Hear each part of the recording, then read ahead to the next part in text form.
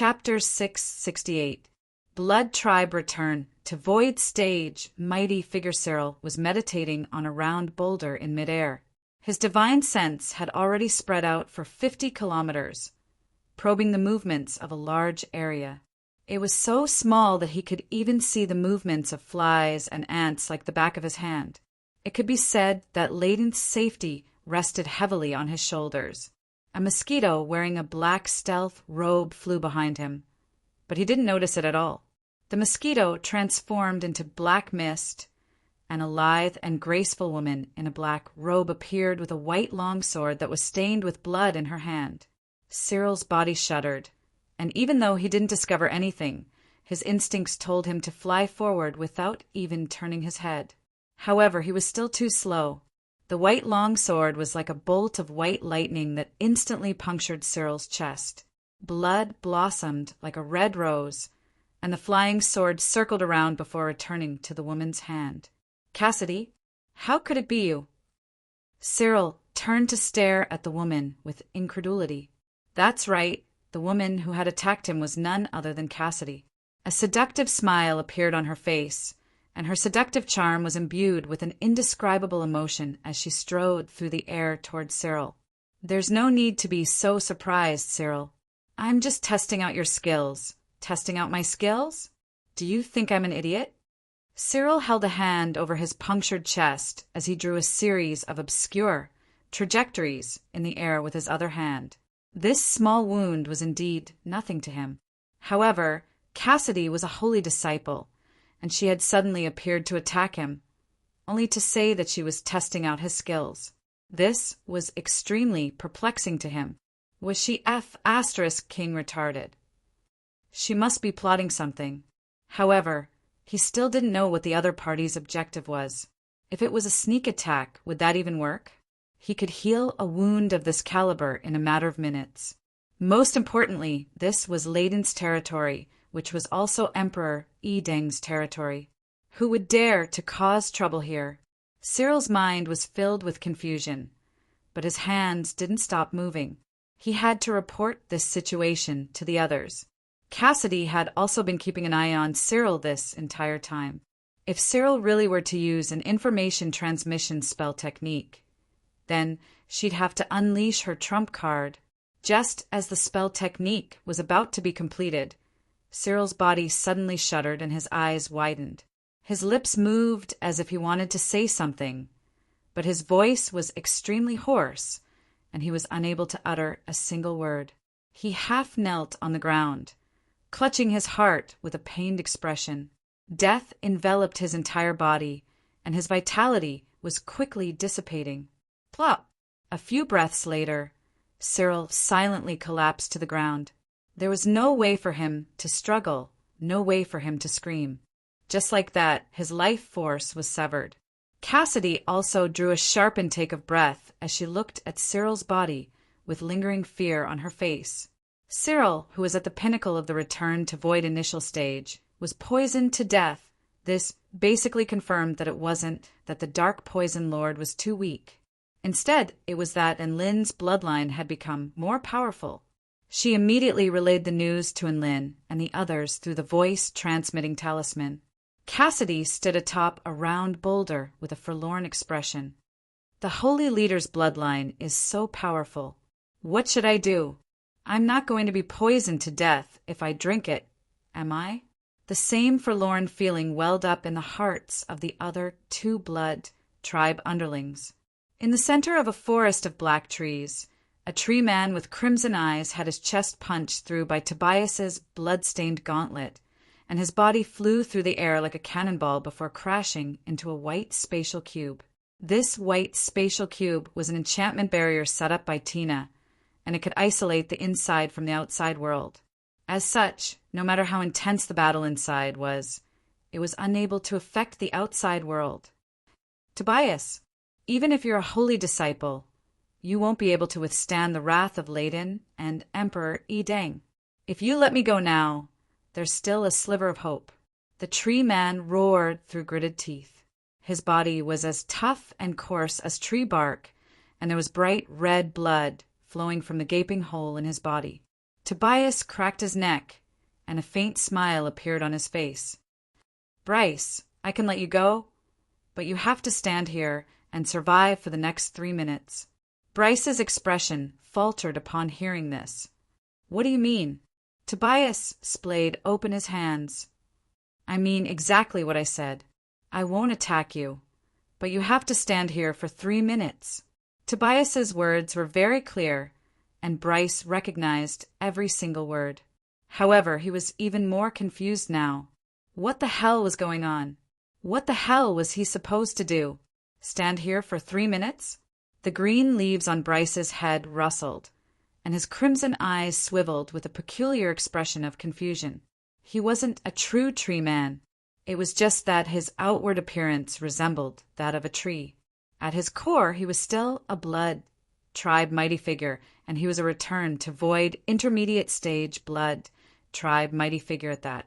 It was just that he was a greenwood tribe cultivator, which was why his hair was green. After that, Tobias really did stand on the spot. "What the hell are you guys doing?" Bryce didn't dare to get complacent, and he continued to search for a way to break out of this encirclement. His feet dug into the ground like tree roots as he began to explore the white spatial cube. Theoretically speaking, Tobias had no vendetta against him, and Tobias had no vendetta against Layden's forces. Even the battle for the holy disciple position had already concluded. Tobias was the true winner now, so there was no reason for him to attack him. Just as these thoughts were racing through his mind, the blood in his body suddenly tremored violently.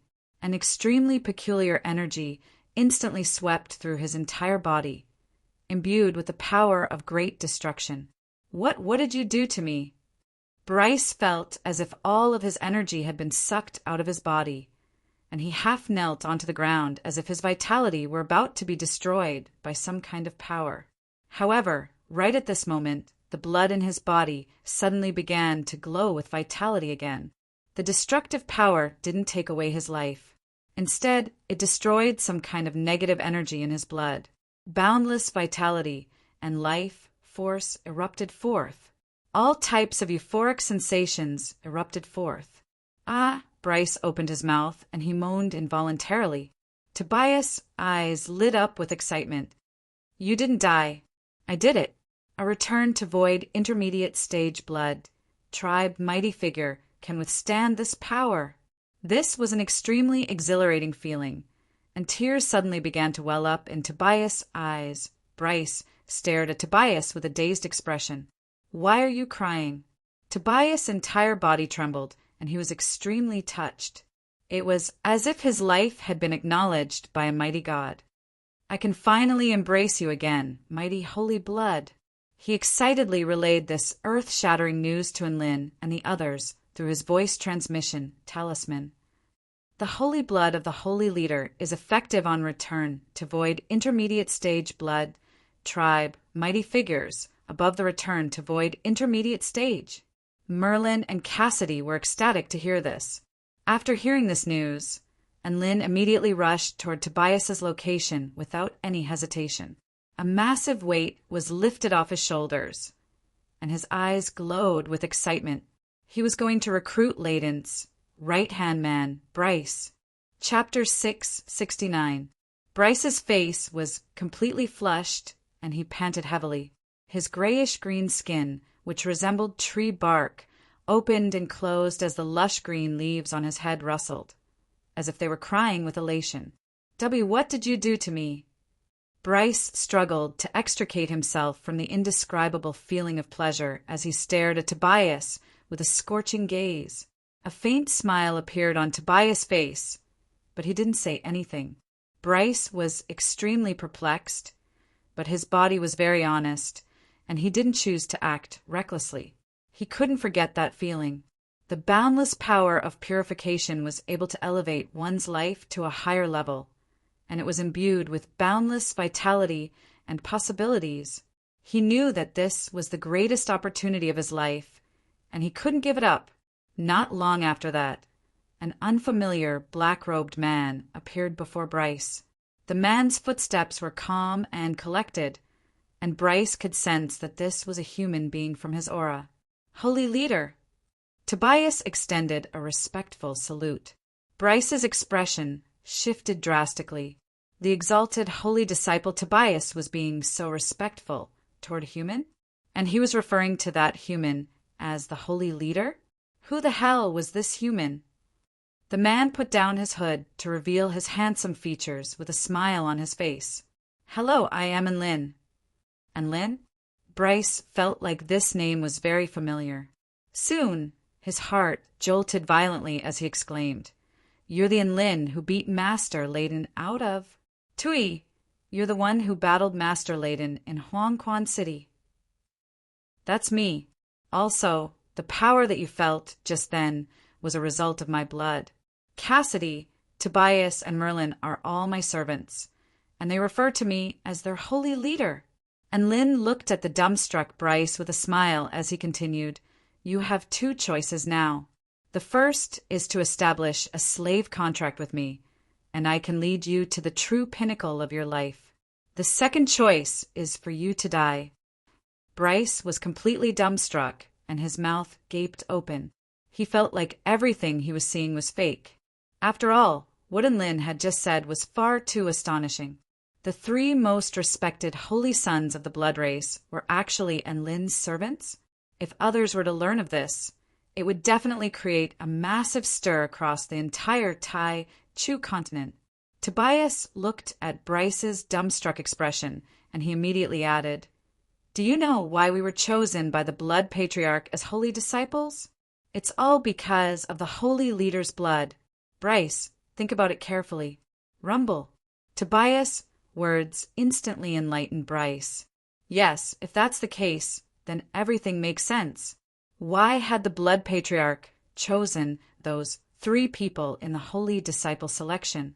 Why had Layden suffered a crushing defeat in Huangquan City? Why had they appeared here? I understand everything. Bryce turned to Enlin, and an unprecedented light erupted from his eyes as he said, "So this is the true path. You are the true God that guides us forward. This old servant, Bryce, greets the Holy Lord."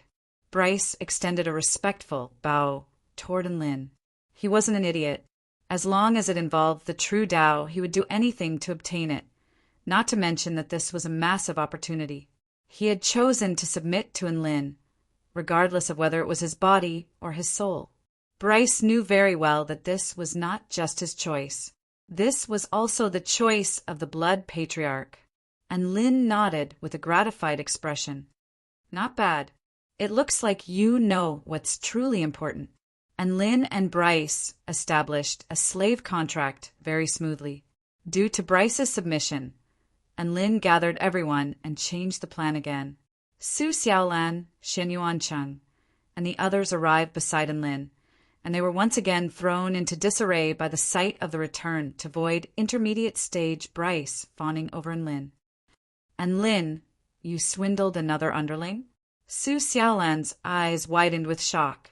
She felt like she had underestimated Enlin's efficiency in recruiting underlings. "How could you say that I swindled a cultivator? He was completely won over by my charisma and willingly chose to stay by my side." And Lynn exclaimed with a smug expression, "It's the greatest honor of my life to be able to follow the Holy Lord." Bryce's head rustled from side to side, clearly expressing his agreement with Enlin. Bryce's head was quite unique. Even though he had a humanoid shape, there was a hat on the top of his head. The hat was actually the crown of a tree with lush green leaves growing from the tree branches.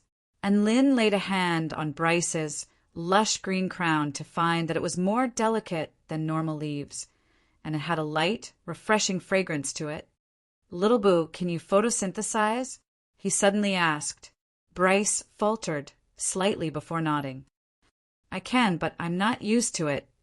I'll introduce you to someone next time. She'll help you get used to it," and Lynn said with a serious expression. Bryce nodded with a slightly perplexed expression. He had studied photosynthesis before, but the amount of energy that could be extracted from it was limited, so he quickly gave up on this path. With Bryce's participation, Everyone began to discuss their plan again. Let me tell you, this blood Rakshasa true Yin formation can suppress and eliminate the residual chaotic divine lightning within Emperor Tianhuang's body, while also using Yin energy to heal his injuries. It's best if we do it at noon, because we'll be discovered sooner or later. Don't interrupt, Holy Lord. That's because the formation will be less effective against Layden's injuries when his yang energy is at its peak. That's when he's at his weakest. We can wait for another 2 hours. At this moment, Layden was still oblivious to the fact that all of his elites had been sacrificed and that his most powerful guards had betrayed him and were currently plotting with the enemy to kill him. He was breathing heavily as he continued to use the formation to recover from his injuries. The divine medicine that Emperor Yi Deng was searching for would only be delivered to him in a few days, so all he could do during this time was to purge Emperor Tianhuang's power from his body. After a while, the surroundings were still extremely peaceful, with only the sound of breathing echoing through the air. The Yin energy of the earth converged like a vortex. The blood energy of the formation surged like a dragon. Clack, clack, clack, a familiar, rhythmic footstep sounded. Layden opened his eyes to discover that it was his follower, Bryce, who had arrived.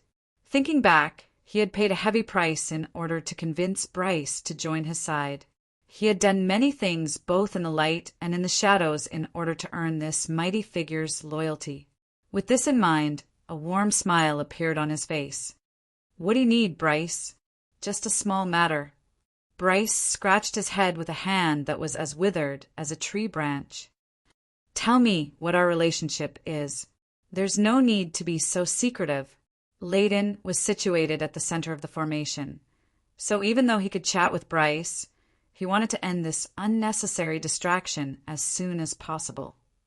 I severed all of your formation nodes," Bryce said with a sheepish look on his face. "What did you say?" Layden felt like he had overheard something. "Because there's a soap over there." Bryce pointed to the side of Layden's body. Layden looked in that direction with a confused expression, but there was nothing there. Splat! A sharp vine tore through the air before instantly puncturing Layden's heart. At the same time, the blood Rakshasa true Yin formation suddenly stopped operating as if it had lost its power source. Chapter 670. Layden finally understood that Bryce wasn't lying. All of the nodes of the spell formation had been severed, and Emperor Tianhuang's power was no longer restricted by the spell formation, so it began to explode within his body.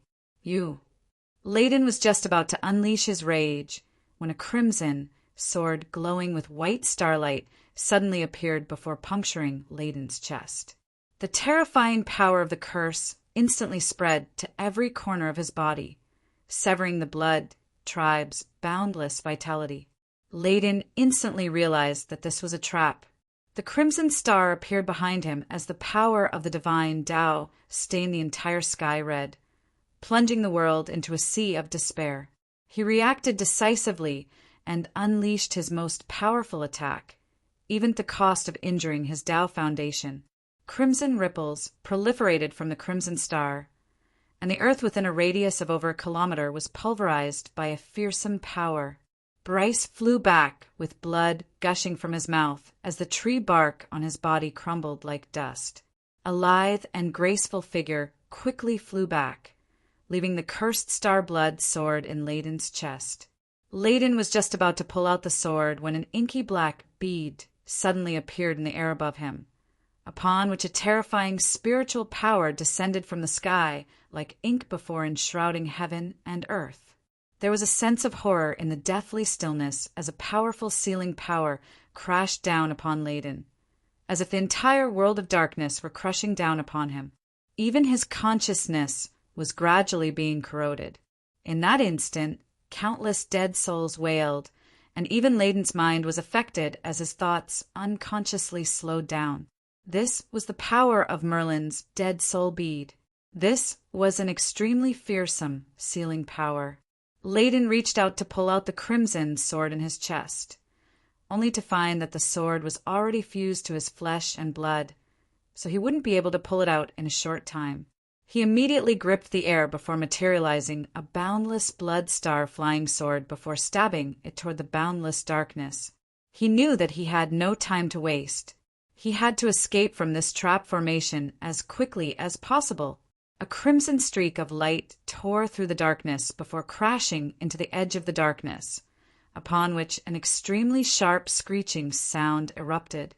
The blood star flying sword was shattered by the fearsome rebounding force, and specks of white light began to seep into the darkness. Layden's expression shifted upon seeing this. His full-force attack had been unable to completely break through the darkness. Who was targeting him? An inexplicable sense of fear surfaced in his heart. It was definitely not easy for the enemy to do this. Right now, he only knew about Bryce's betrayal and knew nothing about the other enemies. Whoosh! The crisp ringing of a sword reverberated through the darkness. Layden unleashed his full power and was just about to unleash another attack toward the crack in the darkness when a terrifying power suddenly descended from the sky. A gigantic crimson fist broke through the darkness and began to descend. The terrifying power of the divine Tao surged through the air. This punch seemed to contain boundless power, capable of shattering continents and destroying heaven and earth. More importantly, Layden could sense a bloodline suppression from his ancestor's fist, as if he were facing a blood tribe ancestor who stood proudly above the heavens. The power of the blood ancestor, Layden was dumbstruck. He was F*King, giving him a hard time. Aside from the blood tribe's Tao integration stage super mighty figures, only the holy disciples could wield the power of the blood patriarch. The blood sword, the soul seal, the fist, Cassidy, Merlin, Tobias, you're all dead. Layden finally realized who was trying to kill him, and he flared up with rage as the veins on his forehead bulged. The blood star flying sword changed direction, and a boundless crimson light imbued with the power of the blood star divine Tao erupted forth as it stabbed toward the terrifying fist. He had no choice but to take the attack head-on in this situation. The collision between the flying sword and the fist was not as violent as he had anticipated. The blood star flying sword merely let loose a sharp screech before completely crumbling, creating a vast expanse of crimson sea in the air. The difference in power made it difficult for Layden's flying sword to even weaken the power of the fist. The fist pierced through the crimson sea before crashing down toward Layden with boundless power. A sense of impending doom engulfed Layden's entire body, and he knew that he would definitely die if he was struck by this fist. Layden bit down on the tip of his tongue and forcibly unleashed a mystic technique to manifest his divine Tao manifestation, the blood star in front of him. Boom! At that moment, the earth began to tremor and crumble. Even the black ink seal was instantly pulverized by the terrifying power of the fist. Destructive power erupted forth for several dozen kilometers, pulverizing and engulfing everything in its path. Heaven and earth were transformed into a boundless crimson color as the paramount might of the blood patriarch surged forth. It was as if doomsday had descended upon this world. When the crimson light dissipated, a massive crater with a radius of 15 kilometers appeared before everyone's eyes. All of the snow mountains, lakes, and forests had disappeared. Tobias stood in midair, panting heavily. Blood flowed from his body, and his clothes were in tatters. He had clearly been wounded by his own spell technique. He should be dead after taking such a powerful attack, right? Merlin withdrew his deceased soul bead with a pale expression. A streak of crimson light flew back to Cassidy's side with a smile on her face. Layden's monstrous life force was severed by the cursed star blood sword, and Tobias used the blood of the blood patriarch to unleash an attack that was comparable to a Tao integration stage, true God's attack. I'll go and scout out the situation. Bryce shook his withered body and flew toward the center of the pit. Countless vines extended from his feet as he explored the pitch-black interior of the pit. There's no aura, no energy, no life signs, Bryce's expression suddenly shifted as he hurtled back in retreat. However, an extremely fearsome power arrived even faster than him. Over 100 red specks of light instantly transformed Bryce's body into a hornet's nest, leaving a trail of death in their wake. "Little Boo!" And Lynn let loose an involuntary cry. Right at this moment, a streak of crimson light flew out from the crater before fleeing into the distance. Tina reacted the quickest, and she slapped her hands through the air to seal off a white spatial cube within a radius of over a kilometer. The streak of crimson light crashed into the spatial cube, and a violent boom erupted, but it was unable to break through. Everyone was finally able to see the true body of the streak of crimson light, and they were all astonished again. A white and tender body, a small penis the size of a bean, tender cheeks, blonde hair. What appeared before them was a naked little boy who appeared to be only 4 or 5 years of age. Gasp! "Who is this?" And Lin exclaimed with incredulity on his face. "He's running around naked in broad daylight." Su Xiaolan rolled her eyes. "And Lin, please be serious. This boy may be young, but he's a tree killer. The tree isn't dead. Classmate Xian Yuancheng has already gone over to save it.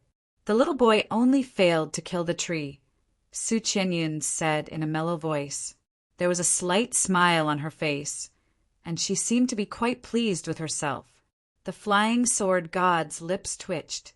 "Why are you still complaining at a time like this? I think none of you are serious." At this moment, Xiao, Zhe, Merlin, Cassidy, and Tobias had already surrounded the little boy. "That's Layden." Xiao Zhe was astonished. This aura and those facial features. He's undoubtedly Layden. Cassidy's expression was a little grave. How did Layden become like this? Merlin was a little perplexed. At this moment, Tobias spoke. "There is a mystic technique in our tribe known as the Divine Tao Return to Nascent Soul Technique. This is a technique that sacrifices one's divine Tao in exchange for the protection of the divine Tao for a certain period of time, as well as the ability to heal one's injuries. However, this technique has a very heavy price to pay. The user's cultivation base will drop, and they will also revert to their youthful state. From the looks of it, Layden's symptoms really are quite similar. No wonder he was able to survive Tobias' punch." Merlin heaved a sigh of relief as if a heavy burden had been lifted from his shoulders. "So that means Layden's cultivation base at the pinnacle of the return to void initial stage isn't an act." Xiao Zhe's eyes also lit up with excitement. As soon as he finished speaking, everyone chuckled. Layden's body shuddered as he pressed himself against the white, spatial cube and trembled uncontrollably. Chapter 671. Just as everyone was closing in on Layden with malicious intent, a sinister smile suddenly appeared on Layden's face. He bit down on the tip of his tongue before chanting in a strange language, upon which his aura erupted to the pinnacle of the return to void intermediate stage. At the same time, an extremely sharp crimson light burst forth from his hands, which shattered the spatial barrier. Whoosh! Layden fled into the distance at an extremely fast speed. Cassidy, Xiao Zhe, Merlin, and Tobias' expressions shifted drastically as they immediately gave chase. "Tina, take me with you!" And Lin yelled. Tina immediately pulled Lin along with her as they leaped through space in pursuit of Layden. Layden fled extremely quickly, and everyone was struggling to catch up to him. "Humph, you caused my cultivation base to drop and my Tao foundation to be damaged. Cassidy, Tobias, Merlin, Bryce, none of you will get away.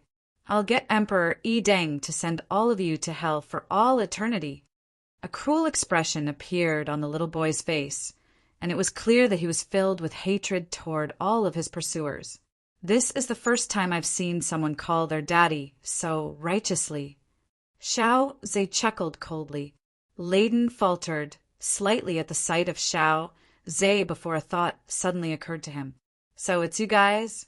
Hee hee, look at how badly you've been beaten up by me. You useless dragon. You still dare to talk back to me?" Do you want to fight again? You're just a stray dog. Xiao Zhe glowered at Layden with a mocking expression, and he didn't forget to give Layden the finger even as he flew through the air. Layden couldn't be bothered with Xiao Zhe, and he continued to flee. This was not the time to let his emotions get the better of him. Right at this moment, a white light flashed, and a little fairy flew toward Xiao Zhe with a man in tow. Tina's features were deathly pale, and it was clear that she had expended a lot of energy. Master, what are you doing here? Watch out for Layden's retaliation. Xiao Zhe immediately tried to dissuade him, and Lin didn't say anything. Instead, he glowered at Layden in the distance. Layden was still fleeing when he suddenly recalled his tragic past, and tears began to flow from his eyes. Wah! Little Layden began to bawl as if he were a child whose toy had been snatched away. Then an indescribable abdominal pain accompanied by something exploded. PFFF. Layden clutched his stomach as his body trembled violently. This power was too familiar. It was the power that had brought him humiliation and trauma. As he ran, he shouted in horror, "And Lin, it's you again! You and I are absolutely irreconcilable. You make it sound like we've been friends for a long time." And Lin stopped chasing after Tina after using 2 special spells, as Tina was also out of energy. His 2 special spell techniques were able to slow down Layden to a certain extent. This short delay was not to be underestimated. It was exactly because of this slight delay that Layden finally entered everyone's attack range. Xiao Zhe transformed into a black dragon over 10,000 feet in length before unleashing countless bolts of lightning toward Layden. Layden hurriedly dodged, but his skin was still charred black by the bolts of lightning. Just as Layden was dodging the bolts of lightning, a crimson sword glowing with white starlight pierced through the air before stabbing toward Layden's heart. Layden had used a mystic technique to elevate his cultivation base to the pinnacle of the return to void intermediate stage, thereby allowing him to evade Cassidy's attack. The cursed star blood sword only managed to inflict a small wound on his waist. Humph, you want to kill me? In your dreams. I'm no weaker than any of you now, so keep chasing me.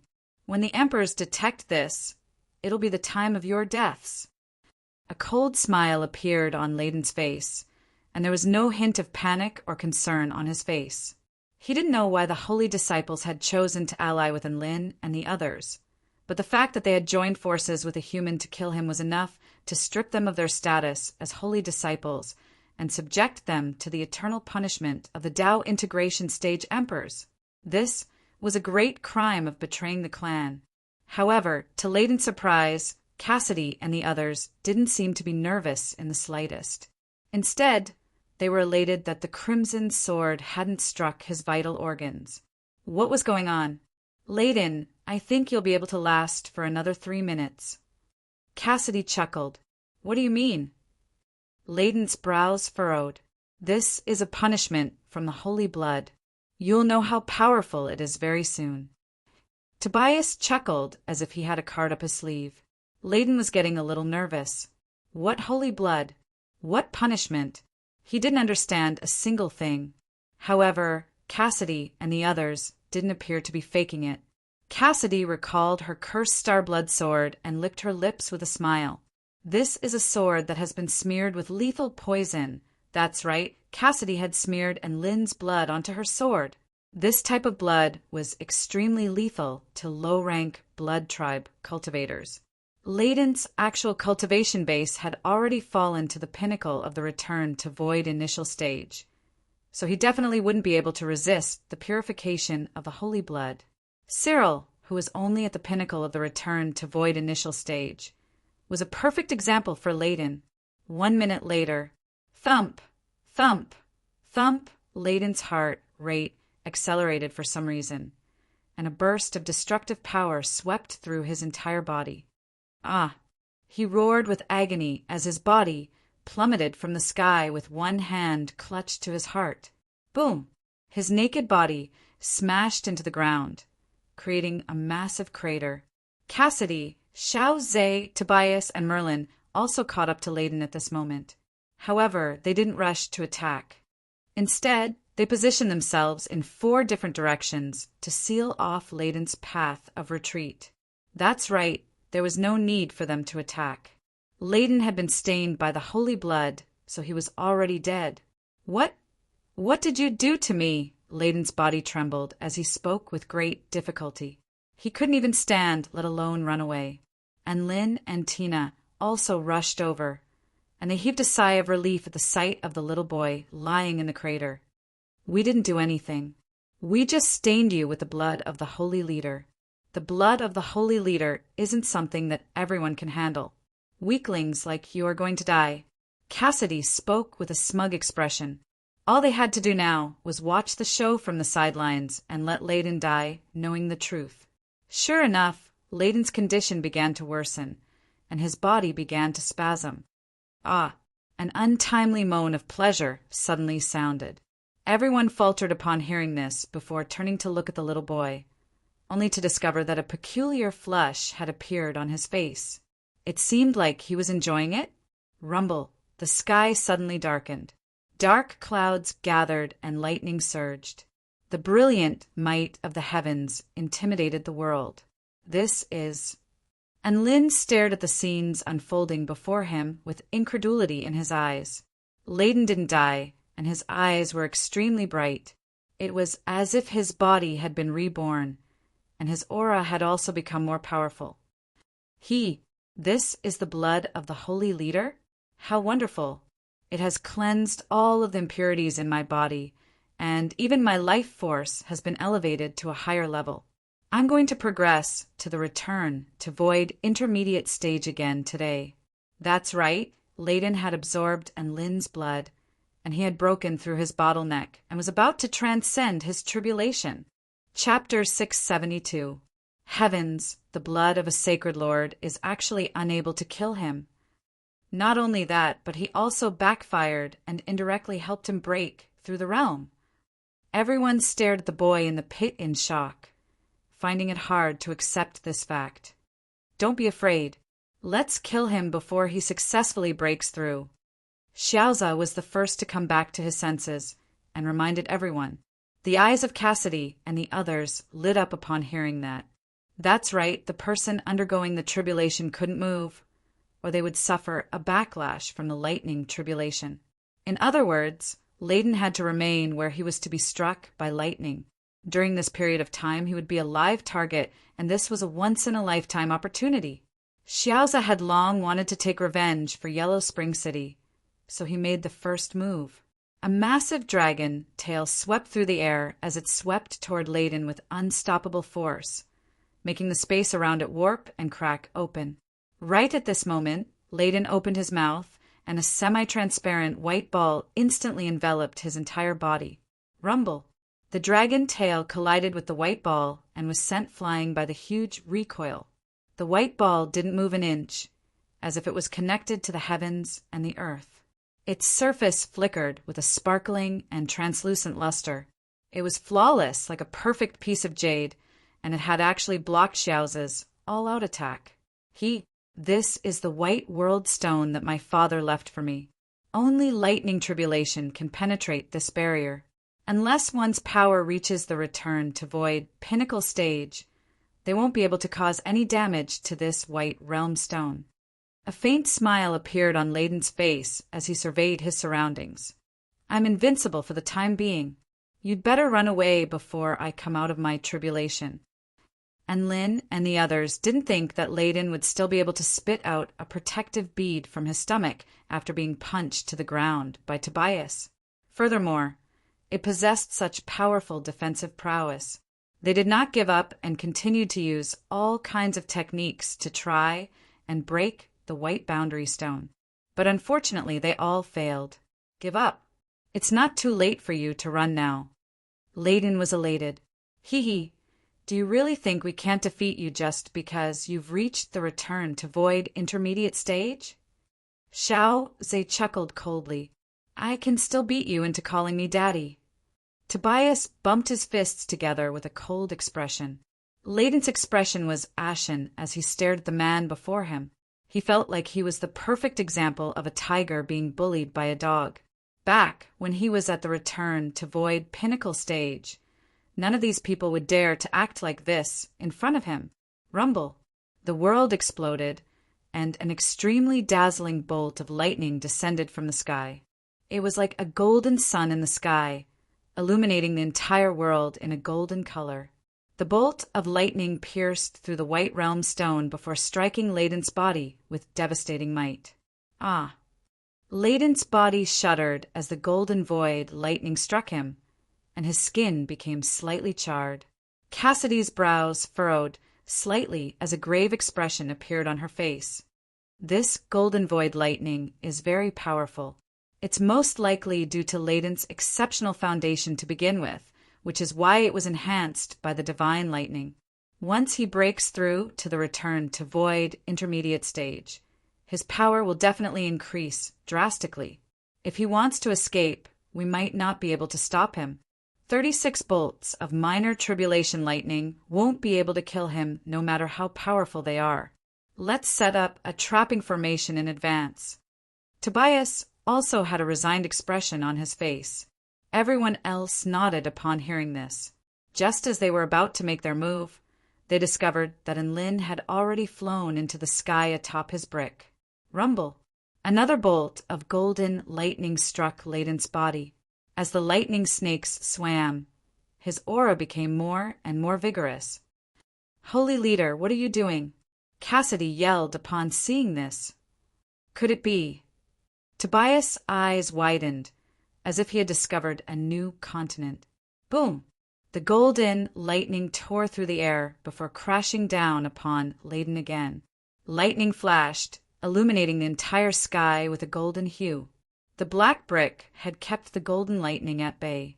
Layden's mouth gaped open in shock at the sight of the black brick above his head. Everyone else was elated. They finally understood what Enlin was trying to do. He was trying to stop the divine lightning. The divine lightning had a specific target, and once it was obstructed in its path, it would become more powerful and eradicate all obstacles in its path. Return to Void stage golden void lightning was indeed very powerful, but no matter how powerful it was, would it be able to break through the chaotic alloy brick's defenses? Boom! An even more fearsome bolt of golden void lightning struck the black brick, but it was still unable to break through its defenses. And Lin, who was carrying the black brick, was forced back a certain distance by the fearsome explosion of lightning. Little Xiao, your skin is thick and you're strong, so you carry the black brick. And Lin yelled. Only then did Xiao Zhe come to his senses, and he immediately flew toward Enlin with an enthusiastic expression. All right, master, you can rest for now. Leave this kind of manual labor to me. Xiao Zhe loved screwing over Layden the most. Big, big, big, Enlin used his intent to transform the chaotic alloy brick into a gigantic black brick over 1,000 feet in length before giving it to Xiao Zhe to carry on his back. The black dragon possessed invincible defenses, and now he was carrying a black brick that resembled a turtle shell on his back. This combination struck despair into Layden's heart. Holy Leader, you're the best. A mesmerizing smile appeared on Cassidy's face as she praised Enlin from the bottom of her heart. Giant Enlin, when can I become as outstanding as you? Tina wore an envious expression. It's nothing much, it's just some basic skills. Don't make a fuss about it. And Lin waved his hand nonchalantly. Rumble, the tribulation lightning was still raging. Bolts of golden void lightning tore through the air before crashing into the chaotic alloy brick on Xiao Zhe's back, upon which they exploded like golden fireworks, creating an exquisitely beautiful scene. It was a beautiful scene, but in Layden's eyes, it wasn't beautiful anymore. Instead, it was terrifying. The tribulation lightning became more and more powerful, and it looked as if it wouldn't rest until the chaotic alloy brick was destroyed. What would happen if this lightning struck Layden's body? And Lin, F*CKU. Layden was enraged, and he let loose a torrent of abuse. Go ahead and curse. No one is going to come and save you even if you curse until you're hoarse. And Lin chuckled lightly. Wasn't the enraged cursing of his enemies an affirmation of his own power? He had no choice but to use his mouth.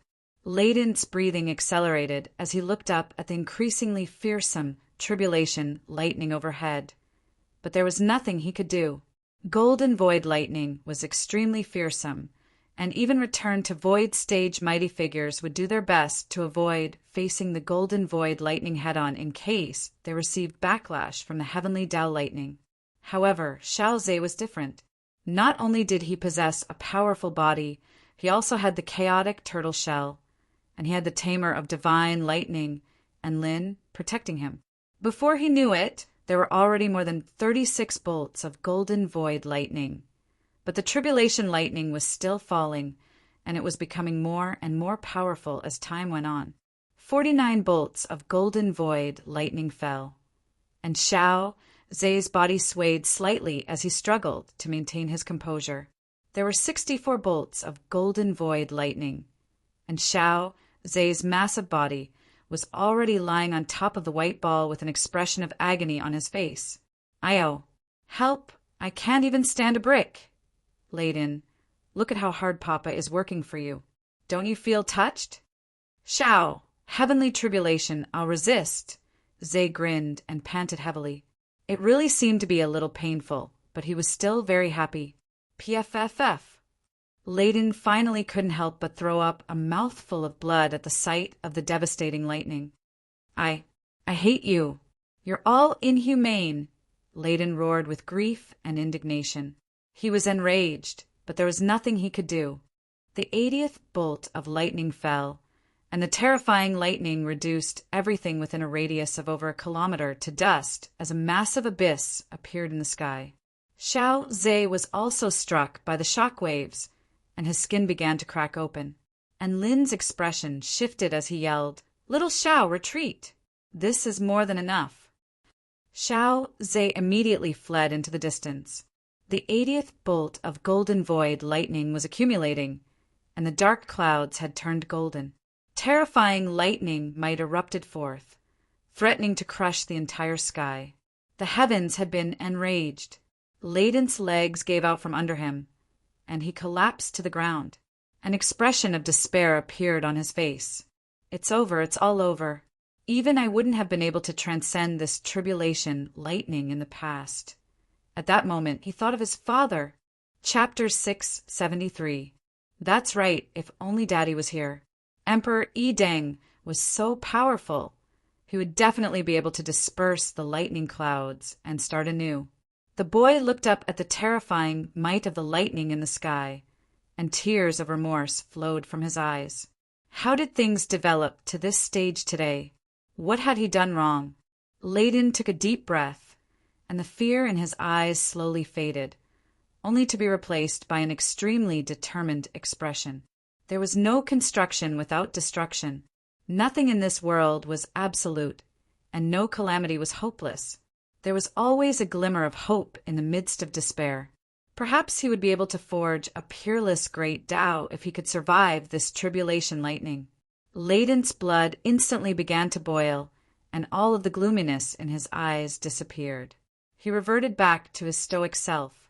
He pointed a finger up into the sky, and his aura soared explosively as a suit of crimson armor appeared over his body. Come, tribulation lightning.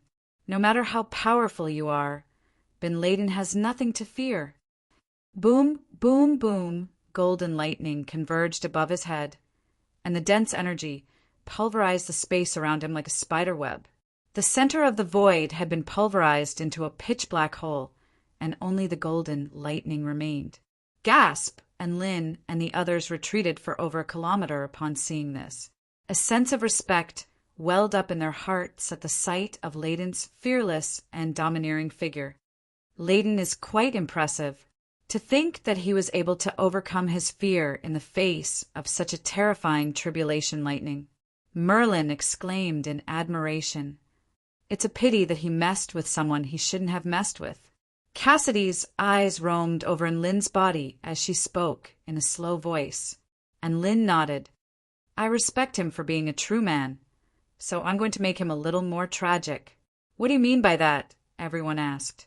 A faint smile appeared on Lin's face as he pointed up at the lightning in the sky. Lightning amplification technique. An invisible ripple proliferated forth, and the golden lightning in the sky suddenly became even more dazzling, tearing through the entire sky as heaven and earth tremored violently. In that instant, the golden void lightning transformed from the lightning of death into the lightning of annihilation. Everyone. Tears welled up in Layden's eyes again as he looked up at the lightning in the sky. How can he be so strong? This doesn't make sense. But that's all right. Who do you think I am? I'm a peerless, powerful being who defies the natural order. How could I possibly succumb to divine lightning like this? A blood-red sword appeared in his hand. All of his secret techniques were activated. The might of the crimson sword was astonishing to the extreme, and the surging crimson light was even beginning to rival the golden void lightning. Kacha! Along with the shattering of space, the terrifying world annihilation lightning finally descended. At this moment, it was as if the golden light had torn apart the primal chaos and the world had been born. The lightning, which contained the majesty of the heavens, became the only thing in the world. A blood sword with monstrous power? Shatter. Indestructible blood armor? Shatter. In the face of this terrifying lightning, everything in the world was like a dream, vanishing into thin air upon contact. In the end, the bolt of golden lightning struck Layden's body, instantly reducing him to particles even smaller than molecules before disappearing from this world. Not only that, but the earth within a radius of over a kilometer seemed to have evaporated. Even the White Realm Stone, which was supposed to be able to defend against all attacks from cultivators below the return to void pinnacle stage, was also destroyed. It was as if everything had been wiped clean. Boom! Only at this moment did a deafening thunderclap erupt. The sound waves caused the earth to tremor as gale force winds swept up, sweeping up trees and earth within a radius of several kilometers. At this moment, everything between heaven and earth was pulverized by the boundless golden lightning, as if doomsday had arrived. After a short while, as if some kind of mission had been completed, heaven and earth became clear again. The lightning in the sky began to recede, and the dark clouds also slowly dissipated. Sunlight shone down upon heaven and earth, and the sky was once again filled with color. However, the bottomless crater was like a gargantuan abyss in the earth, and it was still as terrifying as ever. And Lin, Tina, Xiao Zhe, Cassidy, Merlin, and Tobias all stared blankly at the scenes unfolding before their eyes as fear welled up in their hearts. Is this the F** king power of a minor lightning tribulation? Tobias' lips twitched. Layden died. He didn't even get a chance to cry out before he was instantly reduced to dust with his undying ambition, Cassidy said in a faint voice. Xiao Zhe had already reverted back to his youthful form, and his body was trembling uncontrollably as he hugged his black brick tightly. Thank God Master told me to retreat. If I hadn't run away just then, I would have most likely been reduced to dust along with that bastard. That kind of power was not something that a mere black brick could withstand. After all, the black brick could only defend against a one-way attack. However, that bolt of lightning seemed to have been imbued with the wrath of the heavens, and it was a bolt of apocalyptic lightning. It was a 360-degree attack with no blind spots, and it was a fearsome attack that was capable of completely obliterating any Dao realm cultivator in their physical body or consciousness. Even Lin, who was never afraid of being struck by lightning, felt like his lightning manipulation technique wouldn't have been able to move that bolt of lightning. That golden void lightning had already transcended beyond the scope of his control, and it had entered an extremely mysterious realm. That bolt of lightning is very powerful, but we should still confirm whether Layden is dead or alive, and Lin suggested. No one had any objections. Layden had far too many trump cards. Even Tobias' full-force attack that he had borrowed upon the power of the Blood Patriarch had been blocked by him. It was best to confirm whether Layden was dead or not. After a quarter of an hour, the group finally heaved a heavy sigh of relief after finding nothing. Very good, Layden really was dead. This was not a place to linger for long, so Enlin and the others regrouped with Su Xiaolan and the others.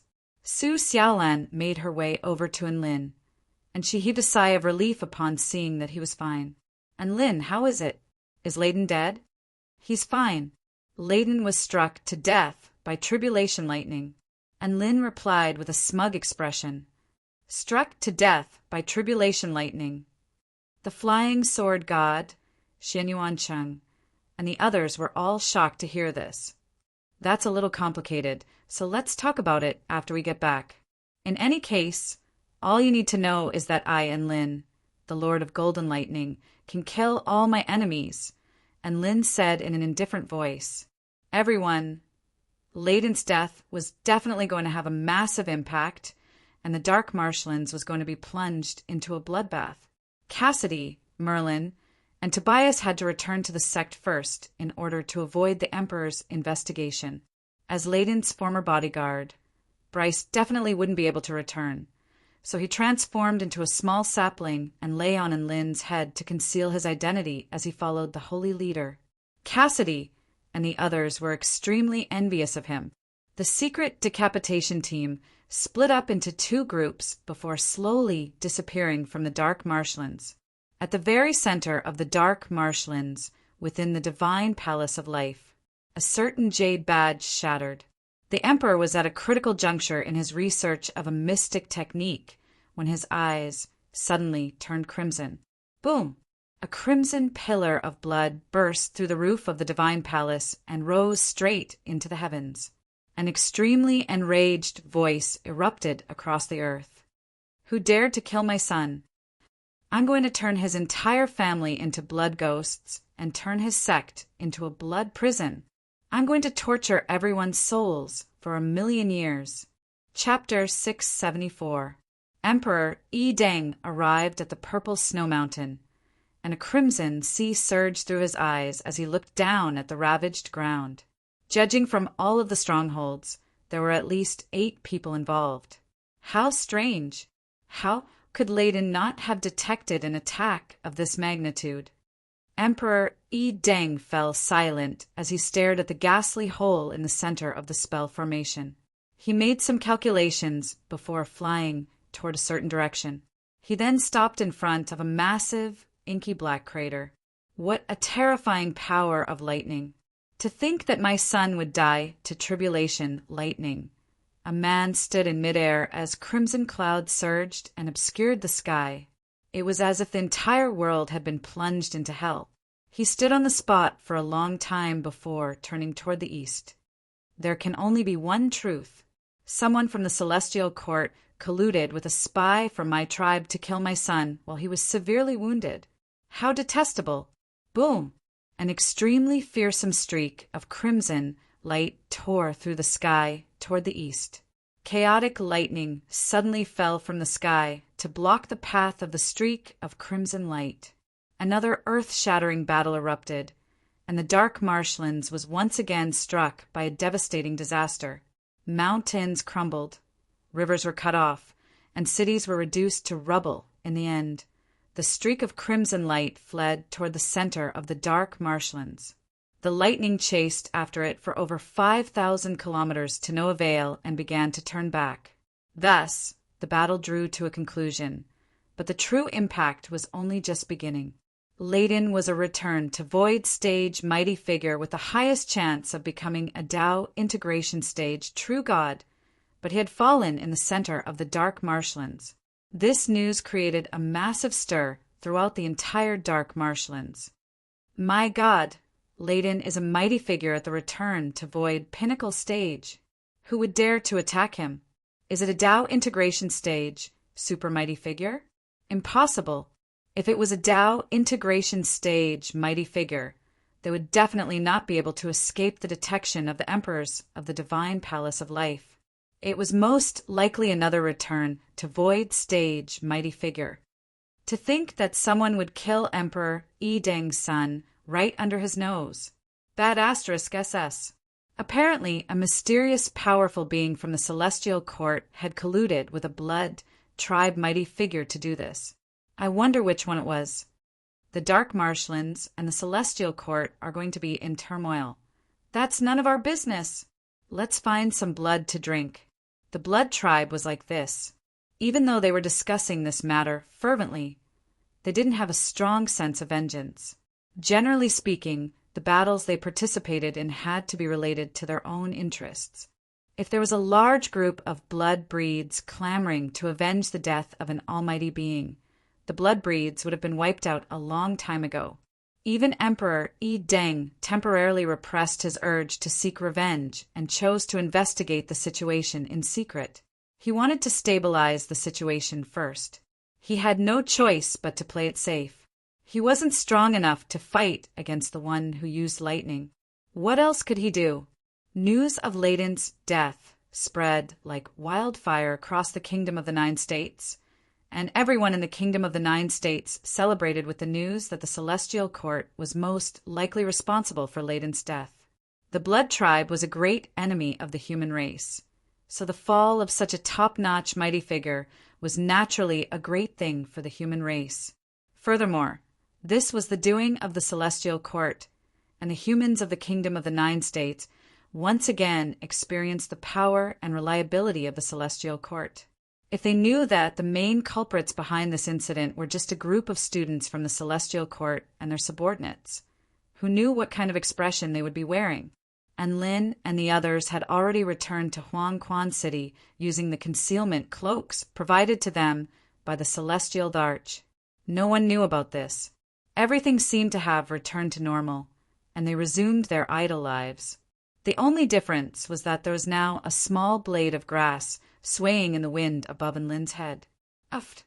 The adorable Miao Tian couldn't help but burst into laughter upon seeing Lin's expression. Ha! Big brother In, your head is a little green. Are you trying to tell us something? And Lin's expression darkened. You don't know **T. Do you know anything about life? This blade of grass can give me power. Miao Tian burst into laughter and waved her hands. All right, you're right, haha.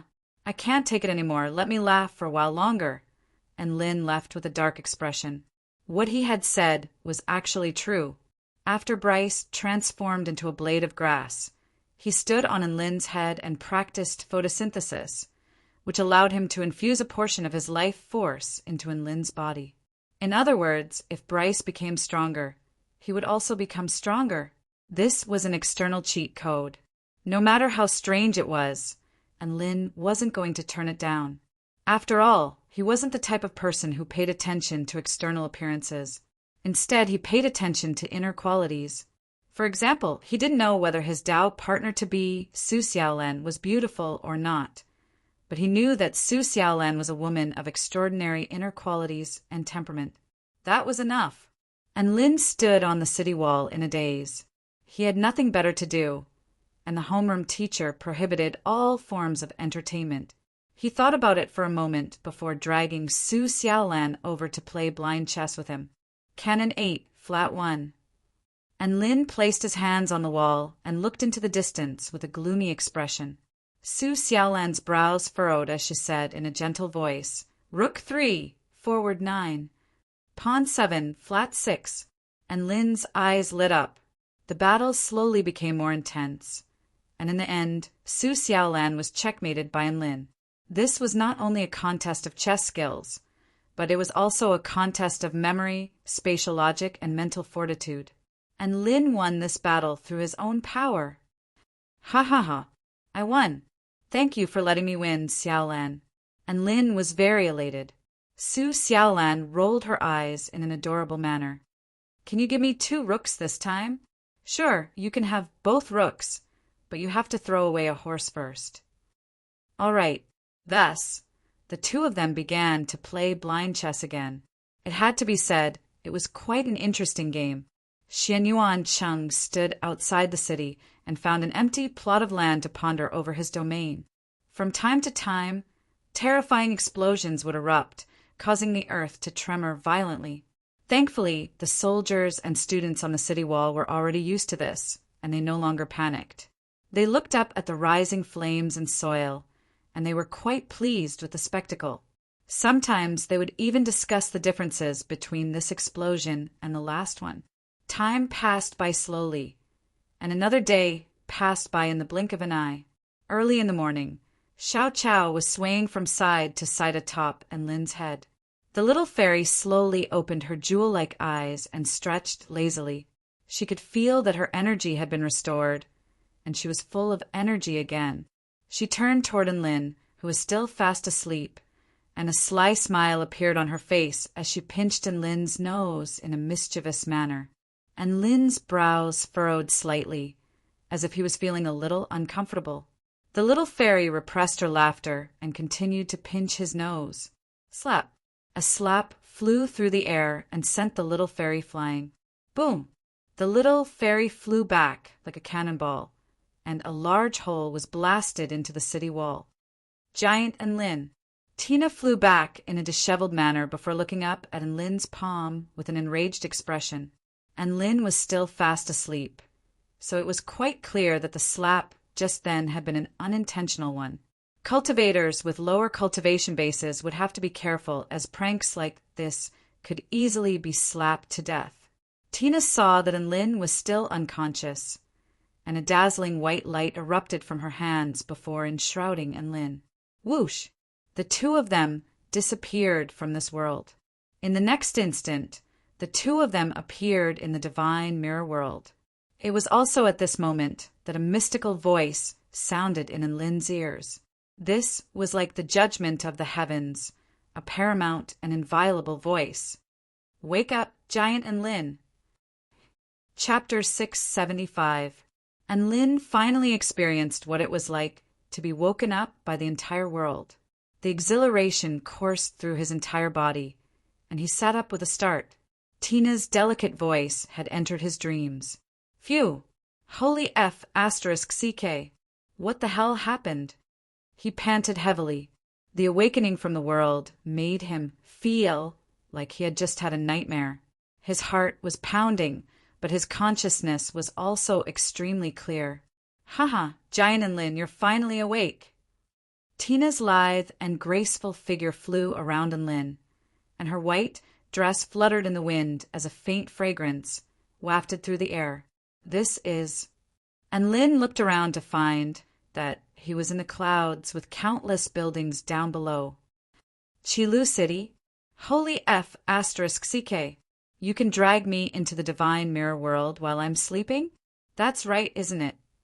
A smug expression appeared on Tina's delicate features. Impressive. Enlin drew a sharp intake of breath. In the past, Tina could only drag Enlin into the divine mirror world with Enlin's consciousness, but now she was able to do it even without Enlin's consciousness. It had to be said that Tina was getting better and better. How's the world going? Enlin asked. It's still the same. The main thing is that I haven't used time acceleration yet, so there haven't been any changes. The only thing that's different is that Adam and Eve are already at the half-step soul formation stage and are preparing to transcend their tribulations, Tina replied. Oh, then what are their domains? Enlin's eyes lit up with anticipation. Adam and Eve were different from other highly intelligent life forms. Not only were there extremely few of them, but they were also created by Tina and the entire world using Enlin's life force as a template without relying on the life essence of the 9 return to void stage mighty figures. It was exactly because of this that Enlin held these two in high regard. They're both very interesting. Tina smiled as a peculiar light flashed through her eyes. Don't keep me guessing. How are they interesting? Enlin was getting impatient. One is an extreme yang domain, while the other is an extreme yin domain. Tina smiled, and Lin came to a realization. Yin and yang complement each other. There's nothing wrong with that. Why did you look a little weird just now? Tina replied in a faint voice, That's because Adam has an extreme yin domain, while Eve has an extreme yang domain. And Lin, Tina and Lynn arrived at the library, and they were quite relieved to see that Adam and Eve were just as studious as ever. As a matter of fact, the two of them were putting some kind of life theory into practice again. Eve flared up with rage. "You still dare to stand above me? Come down!" Adam cried out. "I owe you, you're too much. You're pressing down on my hair. Hoo, puff, puff, puff, that's it?" Eve faltered upon hearing this. You can't use too much strength. Everything has to be done in moderation." Adam's voice was gentle. "TCH, useless thing." Eve curled her lip and kicked Adam away. Boom! A streak of golden light imbued with the power of extreme yang flashed past, instantly sending Adam flying like a cannonball. He crashed through a wall and fell onto the road. Ah! All the bystanders screamed and scattered in all directions at the sight of such a terrifying explosion. "Adam, are you all right?" Eve instantly put on her green robe before rushing toward Adam and covering his robe with an apologetic expression. "I'm sorry, I wasn't able to control my strength." A warm smile appeared on Adam's face. "It's all right, Eve, I understand. Please be more careful next time. Domestic violence, damaging public property, affecting the city's appearance, and injuring bystanders are all serious crimes." Eve faltered slightly upon hearing this, before a cold smile appeared on her face. "What? Do you still want to arrest this old lady? It's all my fault, isn't it?" Adam turned to Eve with a gentle expression. "If I don't blame you for this, are you going to blame me?" Hee. Eve chuckled lightly as golden light enveloped her fist before crashing it toward Adam's face. Thump, thump, thump. Bang, bang, bang. Clatter, clatter, clatter, clatter. Puff, puff, puff. Doang, doang, doang. Who told you to shut up? You would have been able to take a kick from me under normal circumstances. You've been attaining a domain, but you've developed a soft and feminine personality. You've attained a weak domain, haven't you? Are you still a man? Huh. Eve unleashed a relentless barrage of attacks, and Adam howled with anguish as he defended himself. However, he chose not to retaliate as a pitiable expression appeared on his face. And Lynn didn't know what to think about this. Everything was so bizarre. All he wanted to do was roar. "Give me back the innocent and kind Eve and the brave and righteous Adam." I only know that a person's personality and understanding of Tao can influence a soul formation stage domain. But why is it their soul formation stage domains that are able to influence their personalities? And Lynn was perplexed. "Sigh, it's all fate." Tina heaved a forlorn sigh before continuing. "Their domains are all in harmony with the Tao of heaven and earth. To a certain extent, it can be said that their domains are guided by the will of the world, rather than a result of their personal understanding of heaven and earth," Tina explained. "Make it simple." And Lynn replied, "That's fate." Tina sighed with emotion. And Lynn, "Then how should we help him? To be honest, I'm really worried about Adam in his current state. He's such a coward. He's probably going to piss his pants at the sight of tribulation lightning. What if he gets struck to death by it?" And Lynn was a little hesitant. "Adam is very weak, but he's very cautious. He'll be able to face tribulation lightning with all his might and unleash his full power. I'm a little concerned about Eve's situation. With her fiery temper, there's a high chance that she'll defy the natural order during her tribulation transcendence." A concerned expression appeared on Tina's face. "Defy lightning? What's the harm in that? Isn't that normal?" And Lynn was perplexed. Tina turned to Lynn with a peculiar expression, but she didn't say anything in the end. And Lynn still had feelings for Adam and Eve, so he naturally didn't want anything to happen to them during their tribulation transcendence. After thinking about it for a moment, he decided to lend them a hand. Tina was unable to do anything about this. Even though she had become one with this world and gained many privileges, there were some laws that she couldn't change. Otherwise, the world would descend into chaos. For example, heavenly tribulations were an important factor in the normal operation of the world. If she were to open a back door, the laws could crumble and all living beings could perish. In fact, it could even lead to the destruction of the entire world. and Lynn transformed into a cloud of mist as he flew toward Adam and Eve with an enigmatic expression on his face. Ahem. He cleared his throat before saying, Eve, a husband and wife should prioritize harmony. Any conflict should be resolved through communication, understand? Eve paused in the process of pummeling Adam, and a respectful expression appeared on her face as she turned to Lynn. Spokesperson Lynn, this is a family matter. Please understand, thank you. Eve continued to talk to Adam as she spoke, and Lynn's lips twitched slightly. So even the words of God's spokesperson didn't work? However, he didn't give up.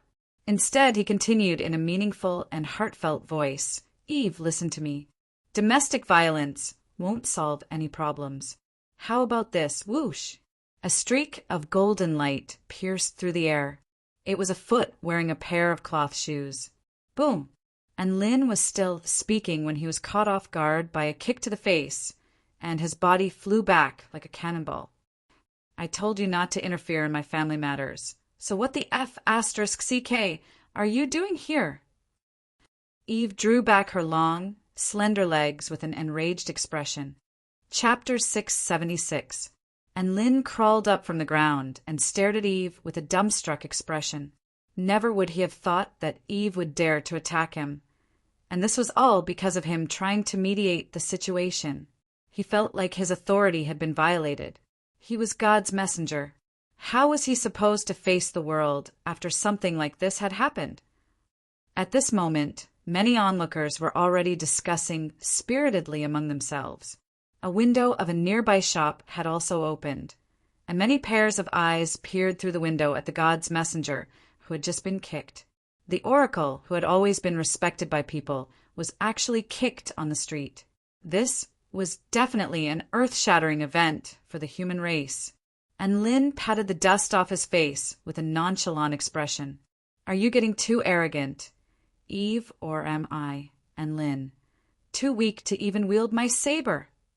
A hint of guilt flashed through Eve's face, but she retorted in a domineering manner. Who told you to meddle in my family's business? This is a private matter between me and Adam. Not even the Heavenly Emperor can interfere. Don't be like this, Eve. You're in the wrong here. Hurry up and apologize to God's messenger. Adam crawled up from the ground with a bruised and swollen face before grabbing tightly onto Eve's hand. Piss off. A golden light flashed, and Adam was sent flying by another punch, and Lynn's eyelids twitched upon seeing this. You've gone too far. Looks like it's time for me to teach you a lesson. What do you want? Eve looked at Lynn with a cautious expression.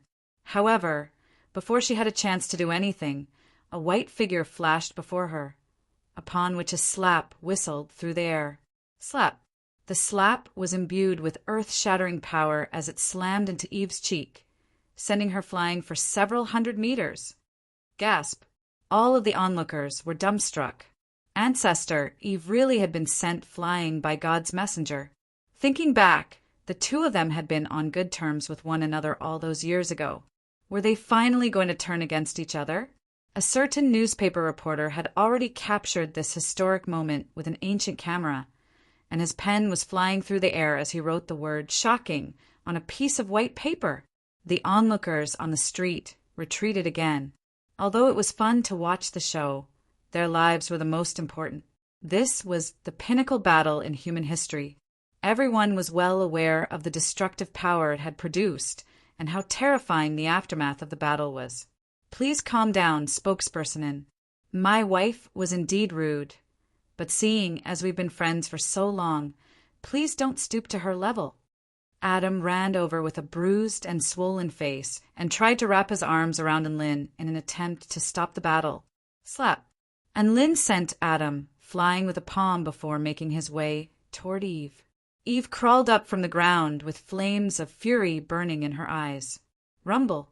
The golden light suddenly spread out to a radius of 100 feet, bringing with it an extremely pure power of yang, burning everything it came into contact with into ashes. Is this your personal domain? Not bad, not bad. This is indeed something to be proud of. and Lin rubbed his palms together with a faint smile on his face as he continued to make his way toward Eve. Eve raised her head with a confident expression. "Humph. Mind your own business. I'm going to beat the crap out of you right now." She stepped forward, and a ring of cloud and mist abruptly proliferated outward at a speed that broke through the sound barrier. The golden domain suddenly transformed into a massive golden sword with a piercingly sharp aura. As soon as the massive golden sword appeared, the surrounding air was warped by its scorching heat, and a deep, inky black fissure appeared on the ground. Not bad, as expected of a domain bestowed by the heavens. Just this attack alone is more powerful than many powerful beings who have already reached the soul formation stage, and Lin commented with a calm expression. The golden extreme yang sword brought with it a mighty might as it tore through the air, destroying everything in its path. It's just that. And Lin extended a finger and pointed toward the huge golden sword. Ding! Boom! A crisp sound rang out, accompanied by a frenzied collision of energy, instantly raising all the nearby buildings to the ground. And Lin's fingertip clashed with the fearsome extreme yang sword, and he was able to forcibly halt the momentum of this extremely fearsome attack. Eve's pupils contracted as she stared at the scenes unfolding before her with incredulity etched on her face. It's just that soul formation cultivators are still trash in front of me, and Lin shook his head and heaved a faint sigh. The golden lightning on his fingertip was imbued with destructive power, and it slowly tore through the massive sword from the tip of the sword. Boom! The golden lightning pulverized the massive extreme yang sword. Before Eve had a chance to react, and Lin appeared before her again, and his fist flew through the air toward her abdomen. It was a simple punch, but it was imbued with the power of the great Tao, and Eve was instantly blasted flying for over a kilometer as she became a tiny black in the distance. All of the onlookers were so shocked that their melon skins fell to the ground as they stared at the scenes unfolding before their eyes. This was indeed the most powerful battle in the history of the human race in this world. However, this was also the most powerful battle in the history of the human race. Their patriarch was completely powerless to retaliate, and Lin transformed into a cloud and mist, and moments later, he appeared before Eve again. Eve clutched her abdomen with a pained expression, and blood trickled from the corners of her lips. Her body shuddered slightly at the sight of Lin's sudden appearance as a cloud and mist.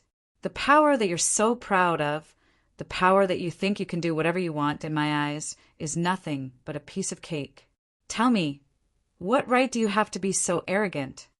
And Lin drew his evil-slaying sword, and the inky black blade of the sword glowed with a menacing, cold light.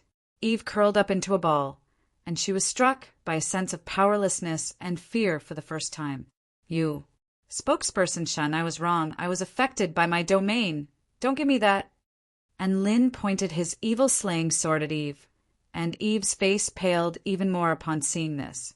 At this moment, Lin was no longer the amiable and knowledgeable spokesperson Shin.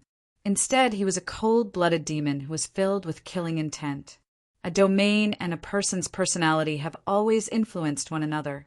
As long as you try to restrain yourself, you'll be able to find a way to truly control your domain instead of becoming its puppet. In the end, you still lost yourself in your own power. The tip of Lin's sword slowly approached Eve's slender neck, as if the god of death were about to claim her life. No. Eve's pride and battle intent had been crushed by Lin's fearsome power, and she was as helpless as a little girl. Right at this moment, a figure suddenly rushed over. Adam held Eve tightly in his arms as he pleaded, "Spokesperson Shin, Eve knows she was wrong. If you still have any anger left in you, please vent it on me. I am willing to take all of the punishment in Eve's place." "Adam, you." Tears welled up in Eve's eyes as she looked at the man before her. She didn't think that she would be protected by Adam. "Don't be afraid, I'm here." Adam comforted her with a gentle smile. Adam tightened his grip on Eve's hand, as if he were trying to reassure Eve. How long had it been since Eve had felt this type of aura from Adam? This kind of bravery, this kind of determination to protect oneself at all costs. This is the true character of Adam. Adam's image in Eve's heart changed once again. He was no longer a weak and easily bullied man. Instead, he was a resolute husband. Chapter 677. And Lynn was completely unmoved by the sight of the two of them embracing one another. In fact, he was even tempted to eat Dubai's dog food. A cold smile appeared on his face. You want to take Eve's punishment? Very well. Then come over here and fight me. This battle can only end with the death of one of us. Eve and Adam both faltered upon hearing this. Could Adam defeat Enlil? It was quite clear that he couldn't. As such, his only fate was death. Adam, I won't allow you to go. Eve was finally scared out of her wits, and she hugged Adam tightly as tears flowed silently from the corners of her eyes. Let go. Adam's eyes were filled with tenderness and determination. I won't let go. Eve hugged him tighter and tighter. I'm begging you, let go. Adam's brows furrowed. I don't want to. I refuse. As opposed to letting you die, I might as well let Enlil kill me. Eve refused with a stubborn expression. Enlil couldn't take it anymore, and 4 types of divine flames appeared in his left hand. Adam seemed to have sensed Enlil's killing intent, and he roared, Let go! Boom! A burst of blue energy suddenly erupted, instantly knocking Eve flying. A bone-chilling aura that was so powerful that it was almost tangible made the temperature of heaven and earth plummet. A series of blue chains fell from the sky, binding Eve to the ground. This was the first time Adam had attacked Eve after attaining his domain, and he was sacrificing himself to save her life. Eve had already been severely wounded by Enlil, and she found that she was unable to break free from Adam's shackles with her own power. It was quite clear that Adam possessed power that was no less powerful than hers. She yelled Adam's name, but Adam continued to make his way toward Enlil. His blue domain of extreme made all the dust particles in the air stop in their tracks, and everything in its wake was rendered motionless. Adam extended a respectful bow toward Enlil. Spokesperson Enlil, let's begin the battle. Enlil looked at him with an intrigued expression. Oh, you know there's no way you can defeat me. Why don't you strike a better pose and let me chop you down? Why go through so much trouble? Adam looked at Enlil calmly and said seriously, Oracle Enlil, although I don't like to fight, it doesn't mean that I don't know how to fight. I don't want to leave Eve. I don't want to die. So I will fight. Even if there is no hope, I will fight with everything I have until the last moment to live. At this moment, Adam didn't have the weak look he had before, and Enlil's lips curled up into a smile. All right, then I'll fulfill your wish. Come and fight. Rumble. Adam's extreme domain suddenly expanded to 1,000 feet, enveloping Enlil's body. Enlil was struck by a bone-chilling cold. This was very similar to Liu Qianhuan's domain, but Adam's domain focused more on the destruction of ice and snow. The surrounding plants were all corroded by the cold air. Starting from the cells, they broke down into blue powder and completely disappeared from the world. Any type of power, when used to the extreme, would cause all things to lose their balance and unleash extremely devastating destructive power. Never would Enlil have thought that Adam would also develop in this direction. In terms of how dangerous Adam was after his violent outburst, he was far more terrifying than Eve. Of course, this level of extreme power was nothing to Enlil, who had attained initial success stage in his body of the war god. He stepped forward, and his powerful body tore through the extreme domain as his evil-slaying sword slashed through the air toward Adam's body, leaving an inky black trajectory in its wake. He was extremely fast, and Adam had no time to evade in the face of the massive disparity in power. A black sword projection flashed, and Adam's body dispersed like a puddle of black ink before Enlil's eyes. Enlil's expression shifted slightly upon seeing this. Right at this moment, The black ink transformed into the sharpest blade projections, which tore through the air toward Lin. Each and every strike was imbued with astonishing power, and each strike was comparable to a full-force attack from a soul formation stage powerful being. A faint smile appeared on Lin's face as he slashed a dazzling net of sword projections through the air, shattering all of the oncoming blade projections. Not only that, but he also slashed his sword toward something in the air. A black sword projection flashed through the air. What followed was a pain groan. A handsome man appeared out of thin air before tumbling to the ground with blood gushing from his mouth. It's a great idea to fuse one's body and domain together to achieve the ability to transform into energy at will, but it's a pity. A white light flashed through Lin's eyes. My eyes can see the truth. Adam struggled to stand up and slashed out a black crescent blade aura with a single hand, and Lin shattered the blade projection with ease before charging toward Adam. Arg. Even in the face of an insurmountable disparity in power, Adam still roared as he charged toward Lin. Adam! Eve let loose a heart-wrenching cry as she struggled with all her might, and Lin thought about it for a moment. These two had most likely learned their lesson. Eve was no longer blindly arrogant and disdainful toward others. She had learned to respect her husband. Adam was also able to stand up and fight bravely like a man. He looked at the oncoming Adam and was just about to kick him aside. Right at this moment, a sudden turn of events occurred. Adam suddenly unleashed countless bolts of terrifying lightning.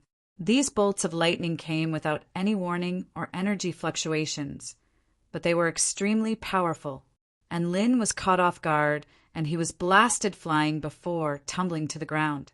He stared at Adam with astonishment in his heart. Could it be that this brat had self-detonated in a dire situation? However, he carefully sensed Adam's power, only to discover that Adam hadn't become more powerful. It was just that his cultivation base seemed to have wavered. Could it be? And Lin turned toward Eve before drawing a sharp intake of breath. An exquisitely beautiful woman with a domain as bright as the sun had already shattered Adam's restriction. She stood up, and lightning clouds surged overhead for close to 10 kilometers. Was she going to transcend her tribulation? Adam, are you all right? Eve turned to Adam with a concerned expression. Due to the restrictions of her tribulation, she was currently in the tribulation transcendent stage and couldn't move. Adam was very elated. I'm fine, Eve. You're finally going to take this step. Arg. Before he had a chance to say anything else, an extremely fearsome burst of gravitational force drew his body toward Eve. Splat! The two of them hugged each other tightly, and Lin's mouth gaped open in shock. She was about to transcend her tribulation, yet she still didn't forget to show off? No, he could see that both Eve and Adam were also completely dumbstruck, and they most likely didn't know what was going on either. Boom! At this moment, Adam's domain also suddenly erupted. Crack! A certain shackle was broken, and his aura soared explosively. A frosty aura enshrouded heaven and earth before clashing with Eve's scorching domain, causing heaven and earth to darken. In the sky above, the lightning clouds surged even more violently, and the area encompassed by the dark clouds had already expanded to a radius of 10 kilometers. The entire sky had darkened, and only the clashing domains were particularly eye-catching, and Lin's mouth gaped open before he finally managed to speak with difficulty. Could this be a double tribulation transcendence? Chapter 678. This was definitely going to be tribulation transcendence in pairs. F***ck. Even tribulation transcendence had to be done in pairs. And Lin took a deep breath as 10,000 alpacas stampeded over his heart. Adam and Eve were also terrified as they looked up at the surging lightning in the sky. The terrifying lightning might accumulated in the sky was extremely alarming. Don't be afraid, there are only 49 bolts of tribulation lightning. Use all of your power to resist it, and you'll be able to successfully progress to the soul formation stage." And Lynn yelled to the two of them, "Spokesperson of God, you—" Eve stared at Lynn with a slightly dazed expression. "You idiot, spokesperson of God didn't even plan to kill us. If he really wanted to kill me, he would have done it with a single sword strike. Why would he be standing off to the side to warn us?" Adam quickly came to his senses as he bowed deeply to Lynn. And Lynn liked people like this, and a smile appeared on his face. I just wanted to change your personalities before your tribulation transcendence. There's no need to thank me. It's all up to you now. I hope you can safely transcend your tribulation." He clasped his hands behind his back as he spoke with a nonchalant smile on his face. F***CK off. You were just putting on an act? Are you King retarded? You're so powerful. What if you accidentally killed Adam and I? Also, were you happy to see me and Adam being separated by life and death? Were you happy to see me crying there? You freak. Eve immediately flared up with rage upon hearing this.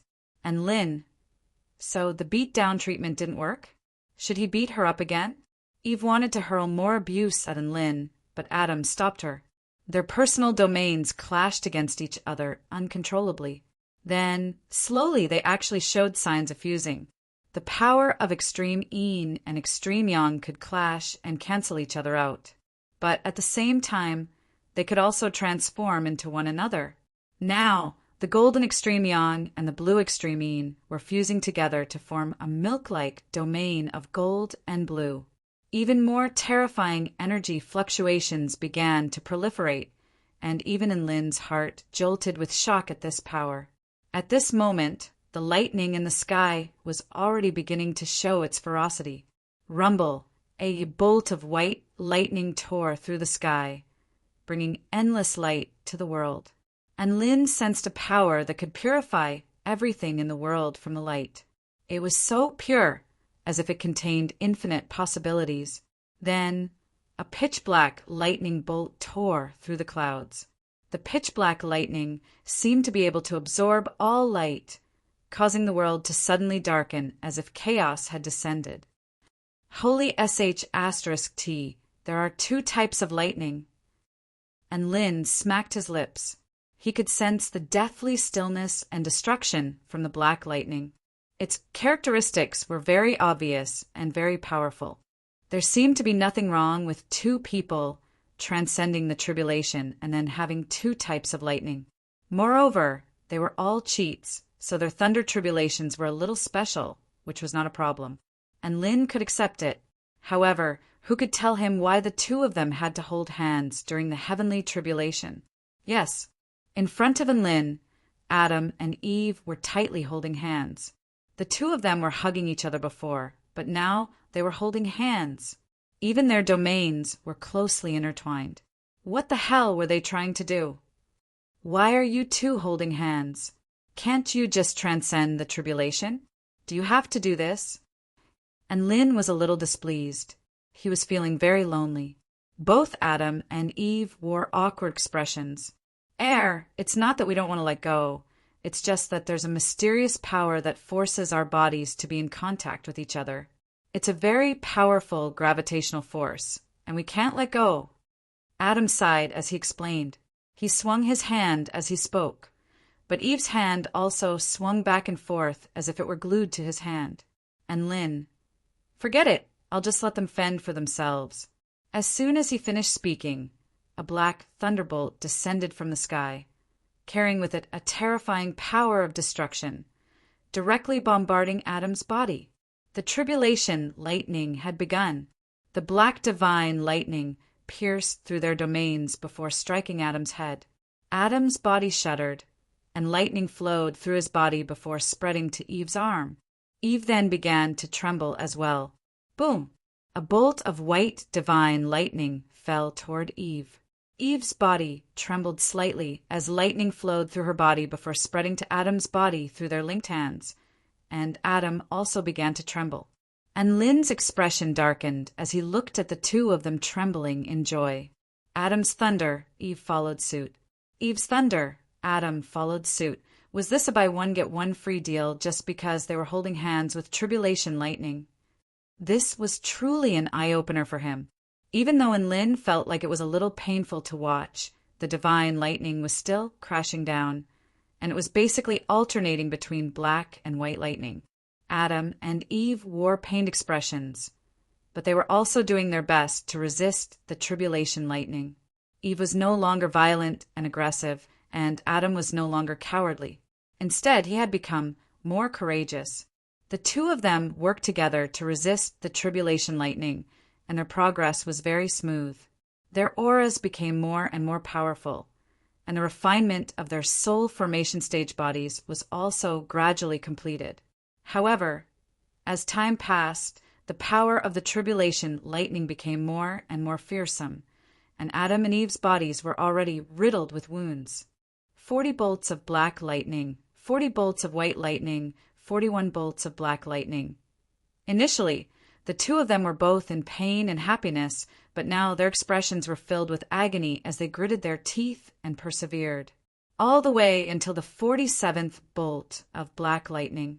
The destructive power within a radius of over 100 feet had been reduced to dust. Adam's face was charred black, and his body swayed slightly as if he were about to collapse. Adam! Eve let loose a panicked cry. Don't worry about me. Hurry up and resist with all your might. Adam's eyes clouded over, and he threw up a mouthful of blood. Boom! 47 bolts of white lightning fell, and both Eve and Adam's body trembled uncontrollably. Both of them were on the brink of death, and Lin was very concerned upon seeing this, and he immediately offered words of encouragement. Hold on, don't give up. There are only 2 bolts of tribulation lightning left. Bullsh *T. Eve panted. There are clearly 4 bolts. Adam's expression was filled with despair. And Lin, that made so much sense. And Lin gritted his teeth. But is there a need to complain at a time like this? You guys have to hold on. Adam, if I die, you have to stay alive. You idiot, you beat me and scold me. But if you leave, I really might not be used to it. Perhaps I'll leave with you. No, I want you to stay alive. I love you, Adam. I love you too, Eve. The two of them looked at one another lovingly before closing their eyes and kissing one another. And Lin's eyes widened, and his mouth gaped open as he stared at the scenes unfolding before his eyes with incredulity. Come on. You're transcending tribulation. You're transcending tribulation. What the F *CK? Are you two kissing one another? Are you trying to be a pair of lovebirds? Can't you consider the feelings of the spectators? And Lin was about to have a mental breakdown, and he suddenly wanted these two to fail their tribulation transcendence. Please, Big Brother Divine Lightning, strike this lovey-dovey pair to death. Chapter 679. And Lin felt like this was the most unbearable tribulation transcendence he had ever seen in his entire life. Why were they kissing each other instead of transcending their tribulation? The 48th bolt of tribulation lightning began to gather. Darkness sucked away all light in the world, and an extremely terrifying bolt of black lightning fell to the ground before landing on Adam's head. Terrifying lightning surged through his body before spreading to Eve's body through their arms and mouths. The two of them then began to tremble as they kissed, and Lin's expression darkened upon seeing this. This was way too demonic. Was tribulation transcendence like this really fun? Unfortunately, the bolt of black lightning didn't kill Adam and Eve. They hugged even more tightly as an even more powerful aura erupted from their bodies. The domain of gold and blue slowly transformed into an inky black color, as if all things in this world were about to be destroyed, and it was filled with despair and death. Adam and Eve still had their eyes closed as they kissed passionately, as if they were cherishing the final moments of their relationship. They didn't care about the lightning surging in the sky. They didn't care about life and death. That's right, even if they were facing a terrifying tribulation, even if they were about to die, they still couldn't stop their love. Nothing could stop them from flaunting their love, even if they had to die.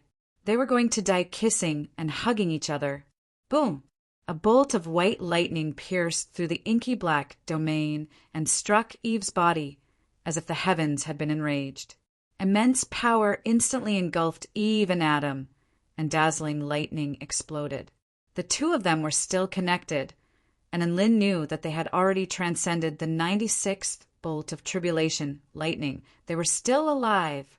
However, they were on the brink of death.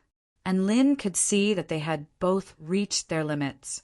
They didn't even have the energy to kiss, and they could only hug and look at each other passionately. The 49th bolt of divine lightning was the most powerful bolt of divine lightning. Their bodies were already on the brink of collapse, and there was no way they could withstand such terrifying power. Rumble, an inky black bolt of divine lightning began to appear in the dark sky. It wasn't piercing, but it was imbued with an aura of destruction and finality. The black divine lightning didn't fall. Instead, an extremely dazzling bolt of white lightning tore through the sky before crashing into the black divine lightning. Crack! Sizzle, sizzle, sizzle. The two completely different types of lightning clashed and combined to form an extremely terrifying bolt of black and white lightning. As soon as it appeared, the entire lightning cloud was sliced in half. The fearsome power swept gale-force winds for thousands of meters, and Adam and Eve's bodies fluttered erratically like willow leaves. Enlil looked up at the bolt of divine lightning in the sky with a grave expression as he contemplated how to save the two of them. This bolt of divine lightning was far more powerful than any of the previous bolts of lightning. If this continued, Adam and Eve would definitely be screwed. Little Na, can you unleash a blessing to heal their injuries and enhance their defensive prowess? Enlil asked in a soft voice. At this moment, a gentle voice sounded from above. I can't do that, giant Enlil. If I interfere, the heavenly tribulation will become even more terrifying, and it'll be far more terrifying than what I can unleash upon them. The best way is to let them deal with it themselves. In the worst-case scenario, he wanted to use his lightning manipulation technique to direct the bolt of lightning toward himself. Even though it wouldn't be able to resolve the issue, it would be best to let them do it themselves. In the worst-case scenario, he even wanted to use his lightning manipulation technique to direct that bolt of lightning toward himself. Even though that wouldn't solve the root of the problem, he could take it one step at a time. Take a look at their domains. Do you see any changes? Tina's voice sounded again. She said in a relaxed tone, look at their domains. Did you notice any changes? Enlil looked at their domains to discover that the inky black domain was becoming more and more profound. A streak of white light suddenly appeared within the domain, tearing through the boundless darkness before expanding relentlessly. Soon, the domain became black and white in color. They fused as they resisted and collided. In the end, they destroyed one another and created another, forming a great harmony of power. Heaven and earth tremored violently as a purple mist rose into the air, enshrouding the two of them. A yin-yang diagram appeared within their domains before slowly rising into the sky. In the sky above, the final bolt of divine lightning fell with earth-shattering power, as if it were a sword of divine retribution, tearing through heaven and earth. Space crumbled, and all things were annihilated in its wake. At this moment, the two of them seemed so tiny and insignificant in the face of the lightning, as if they could collapse at any moment. Boom! Lightning exploded. Dazzling lightning lit up the entire world. The sound of thunder shook the heavens, causing the air within a radius of close to 5 kilometers to tremor violently. The entire heaven and earth began to tremor violently in the face of this attack. Enlil's eyes widened as he stared blankly at the scenes unfolding before his eyes. In the end, that bolt of terrifying lightning was blocked by the yin-yang diagram. Not only that, but he could also see that the power of the tribulation lightning was slowly being absorbed by the yin-yang diagram. As a result, the yin-yang diagram began to come to life, as if he could see nothingness and creation, life and death. What kind of domain was this? It was way too bad, *SS. Rumble. The lightning clouds rumbled, as if they were unwilling to give up. However, all 49 bolts of tribulation lightning had already fallen, and the lightning clouds covering a radius of 10 kilometers still slowly dissipated. Sunlight shone down upon the earth again. Tears welled up in Adam and Eve's eyes as they hugged one another tightly before slowly collapsing from exhaustion. And Lin transformed into a cloud and mist before flashing toward the two of them and wrapping his arms around them before unleashing a healing spell technique. Thank you, spokesperson. Eve turned to Lin with gratitude before falling unconscious. Adam didn't even get a chance to say anything before he fainted from exhaustion, and Lin heaved a forlorn sigh as he shook his head.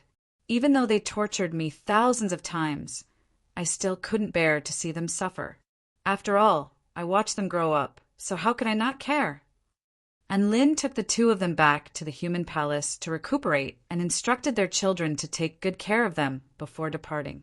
Tina reappeared in her human form with a pure and sweet smile on her face. She was clearly in a very good mood. Giant and Lin, thanks to Adam and Eve's breakthroughs, I've received another authority. What authority?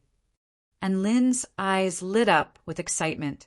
Due to the limitations of the world, Tina was able to do whatever she wanted. But in order to maintain peace and stability in the world, she didn't receive many authorities. This breakthrough in the human life form had a significant impact on the world, and she had also received a new authority. This was quite a pleasant surprise. The world has become even more intelligent, and there's an extremely small chance that all living things in this world will evolve into highly intelligent life forms. I've received the authority to create a new type of highly intelligent life form out of thin air. Tina spoke with a smug expression. Create a new type of highly intelligent life form out of thin air. And Lin repeated Tina's words as waves of shock surged through his heart. Chapter 680. You said you can create life out of thin air. And Lin took a deep breath and asked again. Tina nodded. That's right. All you have to do is set up the material and energy system of a life form, as well as all of its characteristics and parameters. Then you can bestow a soul upon it, and the life form can be created. Of course, I may not succeed in creating life. It still has to go through the automatic screening and elimination of the world's consciousness. Also, it will consume a lot of energy, so I have to use it carefully. A thought suddenly occurred to Lin. By the way, how are the spirit-engulfing beasts doing?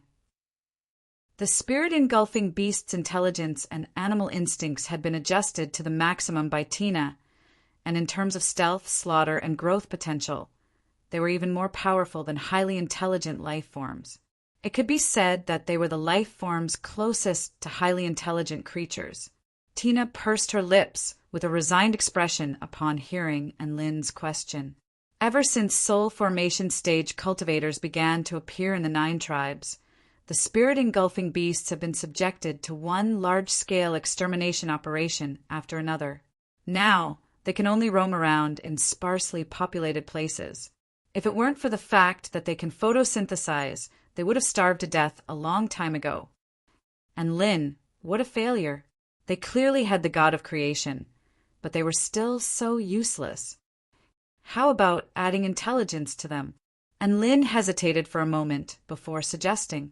Tina's eyes lit up, and her golden wings became a lot more vibrant as a result of her emotional fluctuations. Good idea. Using the spirit-engulfing beast as a ready-made template can save energy as well.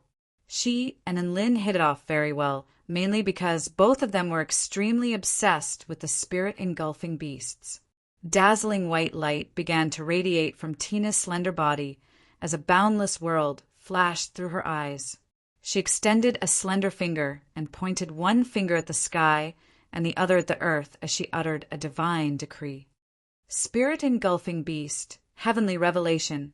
Invisible waves merged with heaven and earth. In an instant, the entire world began to stir. A vast and mighty power covered every corner of the world, and a mysterious power fused into the bodies of the pitch-black and powerful monsters, changing the world with a single word. This was truly invincible power. All of the spirit-engulfing beasts were rooted to the spot as their bodies trembled violently. All of the spirit-engulfing beasts held in agony, as if they were enduring some kind of excruciating agony. Boom, boom, boom. One spirit-engulfing beast after another exploded. Not all living beings could withstand this kind of power that forced living beings to evolve. Living beings that couldn't bear it could only be destroyed. In the end, only a tenth of the hundreds of thousands of spirit-engulfing beasts would survive. They wandered to every corner of the world. Although their red pupils were cruel and bloodthirsty, there was also a certain intelligence and forbearance, as if they were curiously sizing up the world. Haha, success! As expected of little Na. And Lin clapped his hands in praise upon seeing the astral devouring beast's condition through the crystalline screen. Suddenly, heaven and earth trembled again. Some kind of world consciousness automatically covered everything in the world. Tina's expression shifted as she exclaimed in shock, "It's over! The will of the world is beginning to devour these spirit-engulfing beasts. Is it really not going to work?" And Lin. All of the spirit-engulfing beasts had thought that they had survived a tribulation and had become smarter, but to their surprise another burst of mighty power of heaven and earth fused into their bodies. Boom, boom, boom. One spirit-engulfing beast after another exploded as they were unable to withstand this terrifying power. That power was too terrifying, and his body couldn't bear it at all. They howled in agony. However, their intelligence had been enhanced by the power of Tina's consciousness, so they weren't going to just sit and wait for death. In order to resist this power, the spirit-engulfing beasts' bodies began to slowly transform in a certain direction. Their bodies slowly became transparent, and this was the transformation of their physical bodies into their consciousness bodies. That's right, they were using the power that Tina had bestowed upon them. Most of the spirit-engulfing beasts collapsed during this transformation, but a small portion of them managed to completely disintegrate their physical bodies and survive with their consciousness as the core. Their bodies floated in midair. Their consciousness had no mass to begin with, so this wasn't all that strange. All of the spirit-engulfing beasts looked at their own bodies before suddenly cackling. Hee hee, this body is awesome. It's light and carefree. This is true freedom. This is true life. Come on, let's go eat the Holy Martial Clan's brains. Tui, what's so good about brains? If we're going to eat them, we'll eat them as light as a feather. What do you mean by light as a feather? Bodies like ours can eat consciousness. Let's give it a try.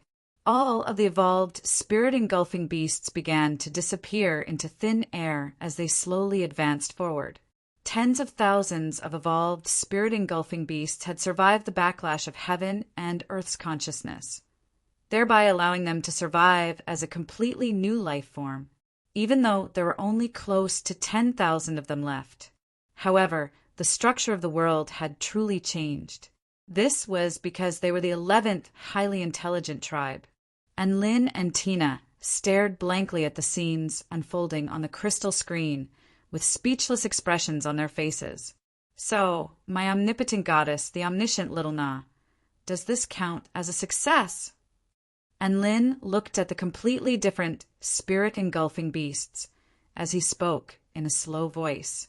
It should be a success, Tina replied in a soft voice, but she wasn't very confident. And Lin, why do I feel like they're a little similar to the Void Spirit tribe on the Tai Chu continent? You're probably right. Tina's lips twitched. Spirit bodies are essentially consciousness bodies, so there's no fundamental difference between the Void Spirit tribe and the spirit-engulfing beasts. She really didn't know what expression she should be wearing anymore. Was this a F** king coincidence?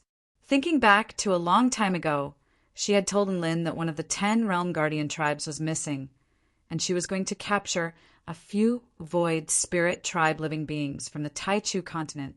But now, Even if the 10 Realm Guardian tribes weren't complete, this world was going to help her. And Lin massaged his brows. Come on, this is the master of this world. Can't you be a little more reliable? Probably, and probably are adjectives that should be used by a super big shot? Tina pouted as she looped her arms around Lin's arm with an aggrieved expression. But you're the master of this world. Why don't you know that? And Lin was quite surprised to hear this. Holy F***CK, this really does make sense. He had almost forgotten that he was Tina's master. He had always been proud of being God's spokesperson. In other words, he had always been proud of being Tina's lackey. Holy F***CK. Holy F***CK. His authority as a master had been completely obliterated. And Lin finally came to his senses. He sighed with emotion that he was probably a fake master. To think that he was so used to running errands for little Na. He then looked at the gentle, soft, and perfect elf beside him. He could not help but fall into deep thought. Chapter 681. Phew! Tina yawned lightly as her emerald eyes became a little misty. Giant and Lin, I just unleashed my heavenly enlightenment power, so I'm really tired now. How about I go out and rest for a while? And Lin nodded before a thought occurred to him. Your true body is here now. So why can't you rest in this world? Tina blinked her emerald eyes with a smile. Giant and Lin, even though I fused as one with this world and possess limitless authority and power, I still need to rely on the essential power of my body. In other words, my essential power is actually my other self on the Tai Chu continent. While I'm constantly using my authority and power here, my other self's power is also fading away, and I have to return to the Tai Chu continent to replenish and recover. And Lin came to a sudden realization upon hearing this, and another theory popped up in his mind. According to Tina, even though she was the god of this world, her power was still limited by the individual on the Tai Chu continent. Didn't that mean that the Tai Chu continent was of a higher level than this divine mirror world? Was that why the Tai Chu continent was of a higher level? He knew that the level of a world could be elevated. Could it be that Tina's divine mirror world could rival or even surpass the Tai Chu continent one day? When that time came, wouldn't Tina descend to the Tai Chu continent like a god of creation with a higher level of authority? With this in mind, and Lin couldn't help but burst into laughter. He shook his head and cast aside this absurd fantasy. Tina held onto Lin's hand, and they returned to the city wall of Huangquan City in a flash of white light. At this moment, the sun was high up in the sky, and Lin found Abai and asked him how many days had passed, only to find that only 3 days had passed. He did a quick calculation and found that there were only 5 days left until the end of term examinations. And Lin placed Tina on Dabai's back and instructed Dabai to look after the sleeping fairy before taking a stroll around Huangquan City. Many of the students would greet Lin warmly whenever they saw him. Clearly, in their hearts, Lin was a person who was very worthy of being welcomed and respected. And Lin's heart was filled with emotion. After 3 years of relentless struggle, he had finally caught up to the unbelievably handsome Big Brother Ching and the unbelievably beautiful Su Su, becoming the most popular student in the class. You could even say that he was the most popular person on campus. Sigh, it's all thanks to my perseverance along the way. Glory after glory is hard to come by. And Lin's eyes were slightly red. He was moved by himself. Then he saw a white figure 1,000 meters away from the city wall. It was Brother Chung. He was still training hard in his domain. Around him were holes of various sizes. Fortunately, the land here was not valuable. No, fortunately, it was the territory of the dark marshlands. Otherwise, who knew how much money he would have to pay? After walking for a while, Lin saw Su Xiaolan and Su Qinyan. The two of them were whispering to one another, and Su Xiaolan had even pulled out her dragon sparrow sword and was waving it around. What are you two talking about? And Lin made his way over to them with a curious expression. A blush appeared on Su Qianyin's face as she lowered her head. Go away. Su Xiaolan glared at Enlin, and Lin faltered slightly before leaving with a gloomy expression. What the hell? Was there some kind of secret that he couldn't hear? Thus, he continued on his way until he encountered Xiao Zhe, who was meditating. Master, you're finally back. Xiao Zhe's eyes were clear and excited. I'm back. How have you been? And Lin nodded with a smile on his face at the sight of his enthusiastic disciple. Master, after that battle with Leiden, I feel like there are still many flaws in my defense. Can you instruct me? Xiao Zhe looked at Enlin with a scorching light in his eyes, and Lin's lips twitched. He was supposed to instruct a mighty figure at the pinnacle of the return to void intermediate stage? What a joke! Ahem.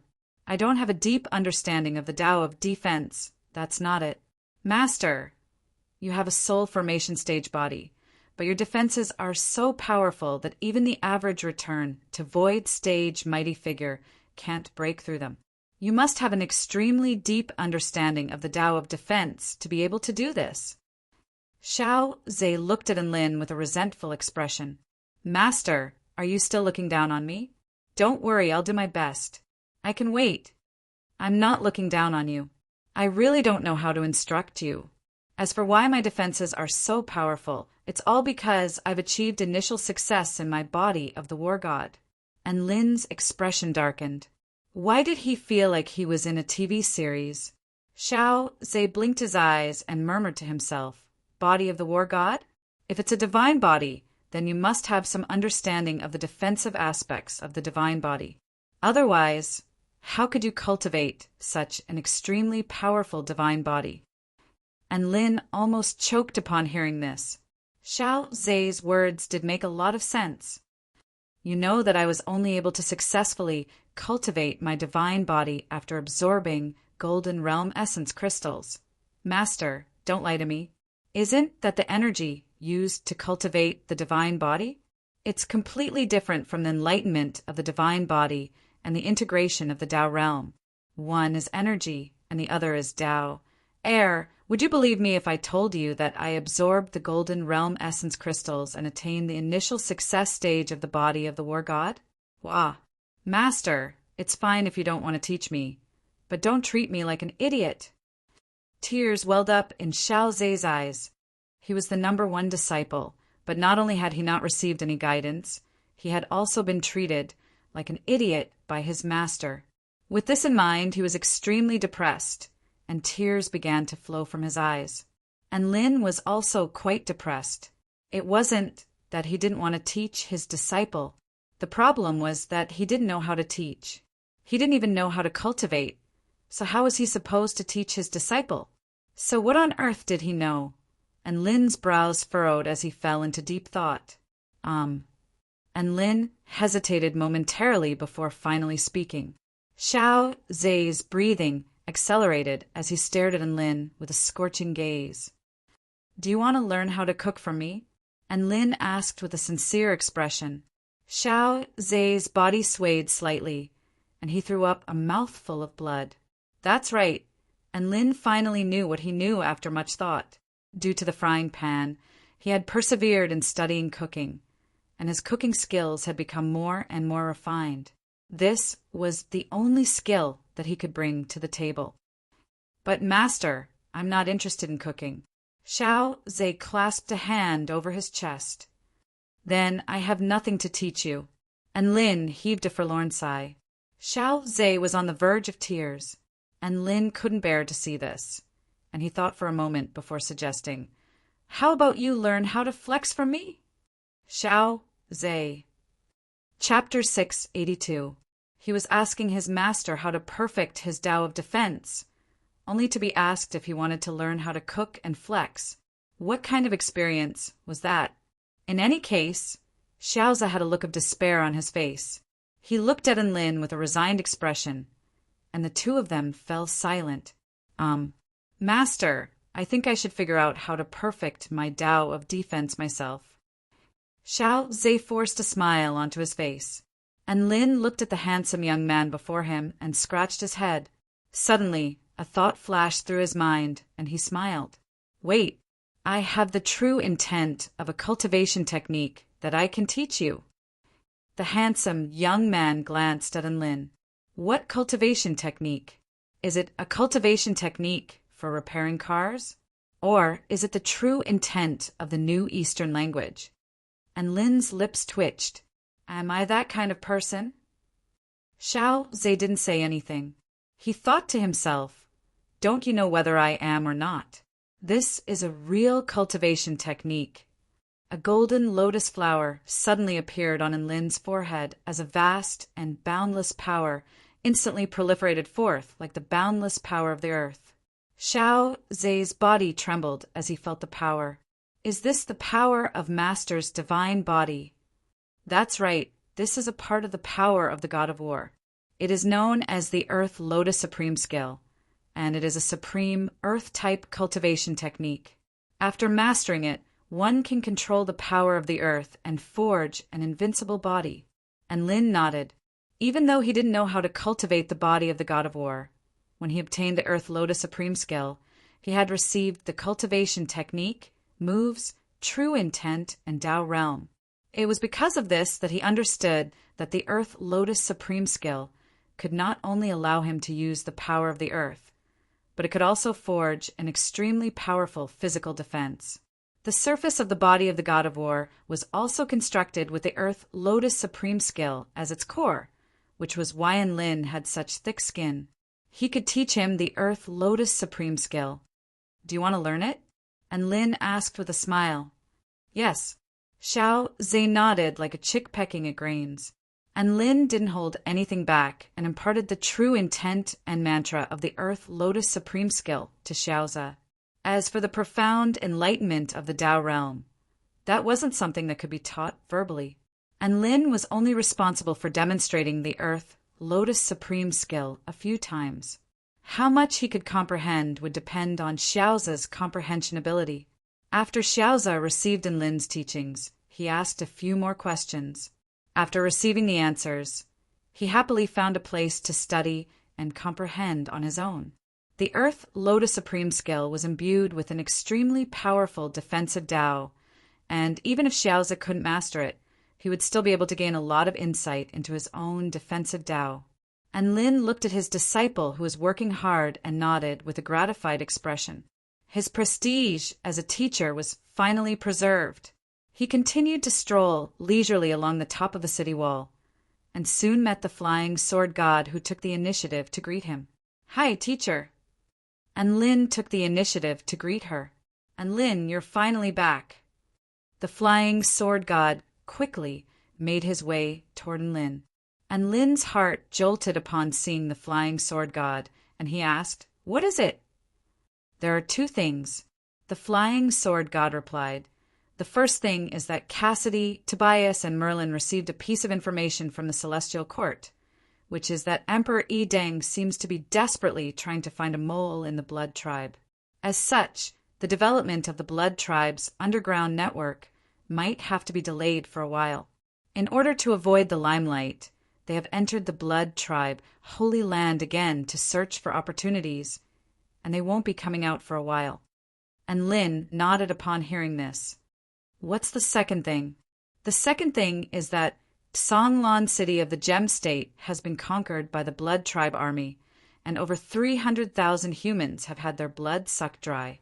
Apparently, the army is being led by a returned to Void Stage Blood Tribe mighty figure by the name of Morton, and he's one of Emperor Yi Deng's most trusted subordinates. After slaughtering an entire city of living beings, they retreated to the dark marshlands. The powerful beings of the Celestial Court's executive department gave chase, but they were unable to kill Morton, the flying sword god said with furrowed brows. And Lin nodded. This was most likely a form of revenge or a test by Yi Deng. According to department head Golden Tiger, Morton possesses a return to Void intermediate stage cultivation base, and even a return to Void stage mighty figure would find it very difficult to kill him. Morton's attack has only just begun, and the 20 cities around Songlan City may all become his target soon. The flying sword god turned toward Lin as he spoke. You want me to go to Songlan City and kill Morton? And Lin asked. The flying sword god nodded with a slightly sheepish expression. Huangquan City is under the protection of Emperor Tianhuang, so it's no longer in danger. Hence, the Celestial Court's executive department would like you to go there and help. After all, they're well aware of just how powerful you and your group are. Of course, this is all up to you, so it's up to you whether you want to go or not. And Lin pondered for a moment, mainly thinking about the threat posed by Emperor Yi Deng. However, he nodded without much hesitation when he thought about how many cities would fall if he didn't go. That's fine, I'll go. Seeing Lin agree so readily, Sword Immortaling Xiao couldn't help but stare deeply into his eyes. Then you have to be careful on this trip. Don't force yourself. Don't worry, I won't force myself. And Lin waved a hand before asking the flying sword god for more information before heading to Songlan City with his friends. In the end, Su Xiaolan was the only one who was willing to go with him. Big brother Cheng wanted to cultivate his domain, and Su Qianyin felt like she wouldn't be of much help anyway, so she was focusing on her Dao realm in order to progress to the soul formation stage. As for Miao Tian, Luo Ziping, and the others who had volunteered, and Lin was afraid that something might happen to them, so he refused. In order to avoid detection by the blood tribe, Bryce continued to photosynthesize in Huangquan City. Thus, Enlin and Su Xiaolan rose into the air atop Dabai's back, while Xiao Chou and Xiao Zhe flew toward Songlan City of the Gem State. Songlan City was located 1,600 kilometers to the north of Huangquan City, and it was also a large and majestic city. There was an extremely massive lake nearby that separated the Kingdom of the Nine States from the Dark Marshlands, and it was a vast and boundless place. It was for this reason that the city was named Songlan City. The huge white dog flew through the clouds and drew a sharp intake of breath as it looked down at the devastated city below. Big brother, and this is too much, woof. A frosty expression appeared on Enlin's face as killing intent seeped out from his eyes. Morton, is it? If I don't kill you, I'm not going back to the Celestial Court. The city walls of Songlan City had collapsed, and all of the residents and soldiers had their blood sucked dry before turning into desiccated corpses with expressions of agony and despair still lingering on their faces. He could even see the dead students of the Celestial Court. Hundreds of thousands of people in the entire city had died in this manner, and everything was deathly silent. Several dozen members of the Celestial Court Executive Department were collecting these corpses in order to bury them all. Elsewhere, a dozen or so cultivators wearing the uniforms of Celestial Court students were kneeling on the ground and sobbing. In front of them, a man in a green Taoist robe half knelt on the ground with a sword in his hand. His head was bowed, and his face was shriveled and lifeless. Chapter 683. The 16 students faltered slightly at the sight of the new arrivals before rushing toward them as if they had seen their saviors. And Lin, I beg of you, please avenge our teachers and classmates. A male student with a severed arm pleaded with tears in his eyes. If it weren't for teacher Yen Zhe burning his own life force to stall Morton, all of us would have died here before reinforcements from the executive department arrived, a female student said as she wiped away her tears. And Lin and Su Xiaolan remained silent as they made their way toward the shriveled male before extending deep bows toward him. There was actually no need to say anything. They were part of Xiuxian United University anyway, and now that their teachers and students had died before their very eyes, he was definitely going to avenge them. The Celestial Court's executive department had also noticed in Lin and the others, and they were led by a beautiful woman in a red dress. And Lin, a crisp voice called out, and Lin raised his head to discover that this was a rather familiar face. He had seen her before upon entering the ancient Tai Chu realm. He extended a polite greeting.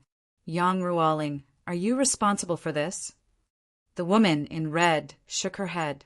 No, Department Head Golden Tiger is responsible for Morton's death. I was only sent here to take care of the aftermath. Department Head Golden Tiger and Deputy Minister Chin Yu have already set up a large-scale warning spell formation in Linguang City, which can encompass half of the Gem State's border.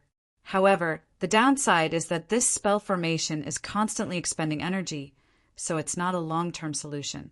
Yang Ruoling's expression was filled with concern as she spoke, and Lin nodded upon hearing this. This wasn't to say that there were too few people in the executive department. It was just that there was a limit to what they could do in the face of such a powerful being. After all, returned to Void Stage mighty figures were among the most powerful beings on the entire continent, and they could use the power of space to come and go as they pleased. The Gem State was a massive place, so there was no guarantee that they would be able to send reinforcements immediately if they were to attack a city. All the mighty figures of the executive department could do now was expand the warning spell formation in order to be able to send reinforcements as soon as possible in the event of a Blood Tribe attack. Huangquan City. On the city wall that had been enhanced by a spell formation, an ordinary-looking figure suddenly appeared. It was a youth who didn't look very old. He was dressed in a brownish-yellow linen robe. He wasn't tall, and there was a hint of vicissitudes in his delicate features. The hemp-clothed youth shuttled between the soldiers and the students, but no one noticed his presence. Even the heavens I left behind by Emperor Tian Huang automatically ignored his existence. Class President, do you think Lin will be able to avenge his classmates and teachers? Su Qianyan looked worried. That's hard to say. If Morton is arrogant, then he'll definitely be screwed. But from the information we've received so far, it seems like Morton isn't that type of person. Sigh, we have to work hard to become stronger as well. Only then can we be like Lin and have the power to defend the glory of the celestial court. Xian Yuancheng sighed, then his gaze became firm. Yes, I have to work hard to become stronger. Setting aside in Lin's footsteps, I have to catch up to classmate Xiaolan first. Su Qianyan clenched her little fists as she cheered herself on in a mellow voice. A faint smile appeared on Xian Yuancheng's face. He had already decided that he was going to go into seclusion at the sect during this holiday. He wasn't going to school until he broke through to the soul formation stage. As it turned out, having someone who could catch up to lead the way was a great way to motivate prodigies. Xian Yuancheng and Su Qianyan's aptitude was actually about the same as Wang Xuanzhan's, but their rate of growth and progression was slightly faster than Wang Xuanzhan's. Perhaps part of the credit for this could be attributed to the motivation that Lin and Su Xiaolan had given them. The hemp-clothed youth listened for a while before nodding. And Lin went to Songlan City? That's very close, so it's on the way. The hemp-clothed youth continued onward, and his body abruptly disappeared from this world. Songlan City. And Lin and Su Xiaolan were discussing the specific plan of attack with Yang Ruoling. At this moment, a certain Dao talisman on Yang Ruoling's body suddenly burst into flames. Her expression shifted as she yelled in a panicked voice. Crap! Qinyu City is under attack by the Blood Tribe! Little Xiao, let's go! And Lin's expression became serious as he spoke. Wait, take me with you. Yang Ruoling gritted her teeth, and there was an undisguised hatred on her beautiful face. I have a very good friend who also died in the last battle. I want to participate in the battle as well. I want to do my part in the crusade against Morton. And Lin looked at Yang Ruoling and didn't say anything as he nodded lightly. Xiao Zhe tore through space, and a black light enshrouded everyone as they traveled through space together. Within Qinyu City, the sound of spell techniques exploding shook heaven and earth. Countless crimson lights bombarded the city walls. Breaking through the protective array, a huge hole was blasted open in the towering city walls. Tens of thousands of Blood Tribe soldiers charged toward the city wall, led by 10 Soul Formation Stage Blood Tribe mighty figures, and they were able to unleash extremely fearsome attacks with ease. Qingyu City's defenses were quickly broken by the Blood Tribe army, and a ferocious battle instantly ensued. Including the homeroom teacher of the 34th class, there were only 3 human soul formation stage powerful beings. In the face of the 10 soul formation stage Blood Tribe mighty figures, they were soon on the losing end. Hold on, everyone. Reinforcements from the Celestial Court will be here soon. A spirit-nurturing stage general yelled. However, a few seconds later, a Blood Tribe mighty figure pounced on him like a bat, snapped his neck, and sucked all of his blood dry. All of the soldiers and students did not back down upon seeing this. Instead, they fought with their lives on the line. They unleashed one powerful spell technique after another, and some of them were even willing to trade lives for lives. They knew that they wouldn't be able to hold on until reinforcements arrived, so they might as well take this opportunity to kill as many Blood Tribe mighty figures as they could. A man with crimson scales all over his body, standing atop a crimson falcon over 100 feet in length, roared with laughter. Kill with all your might. Let's kill for another 3 minutes. When we're full, we'll retreat. Are you sure you can hold on for 3 more minutes? A clear voice suddenly sounded from behind the man. A chill ran down the man's spine, and he immediately turned around before blasting scorching flames from his mouth. The flames were like crimson ink as they swept through heaven and earth, twisting the air in their wake and imbuing them with extremely fearsome, corrosive power. However, an even more terrifying white flame instantly broke through the earth-shattering, blood-colored flames. The crimson flames seemed to have encountered an extremely fearsome natural predator, and all of them fled for their lives as if they were submitting to the white flame. The Blood Tribe Soul Formation stage man's pupils abruptly contracted as he was greeted by a fearsome slash of flames that was powerful enough to incinerate all things in this world, as well as a peerless figure enshrouded in flames. In the next instant, the white slash of flames sliced the Soul Formation stage powerful figure in half before incinerating him to ashes. The Soul Formation stage Blood Tribe mighty figure had been insta-killed by Su Xiaolan. At the same time, Anlin, Xiao Zhe, Tina, Yang Ruoling, Xiao Chou, and Dabai all joined the battle. The most powerful reinforcements from the Celestial Court had arrived. Chapter 684. 3 Soul Formation stage Blood Tribe cultivators were ganging up on a teacher from the Celestial Court. The teacher was gradually unable to hold on and was about to use a mystic technique to forcefully increase his cultivation base at the expense of the power of his bloodline. However, right at this moment, his expression faltered and he stopped his train of thought. A Blood Tribe cultivator wielding a black, refined copper shield and a spirit blood saber was in the middle of a massacre.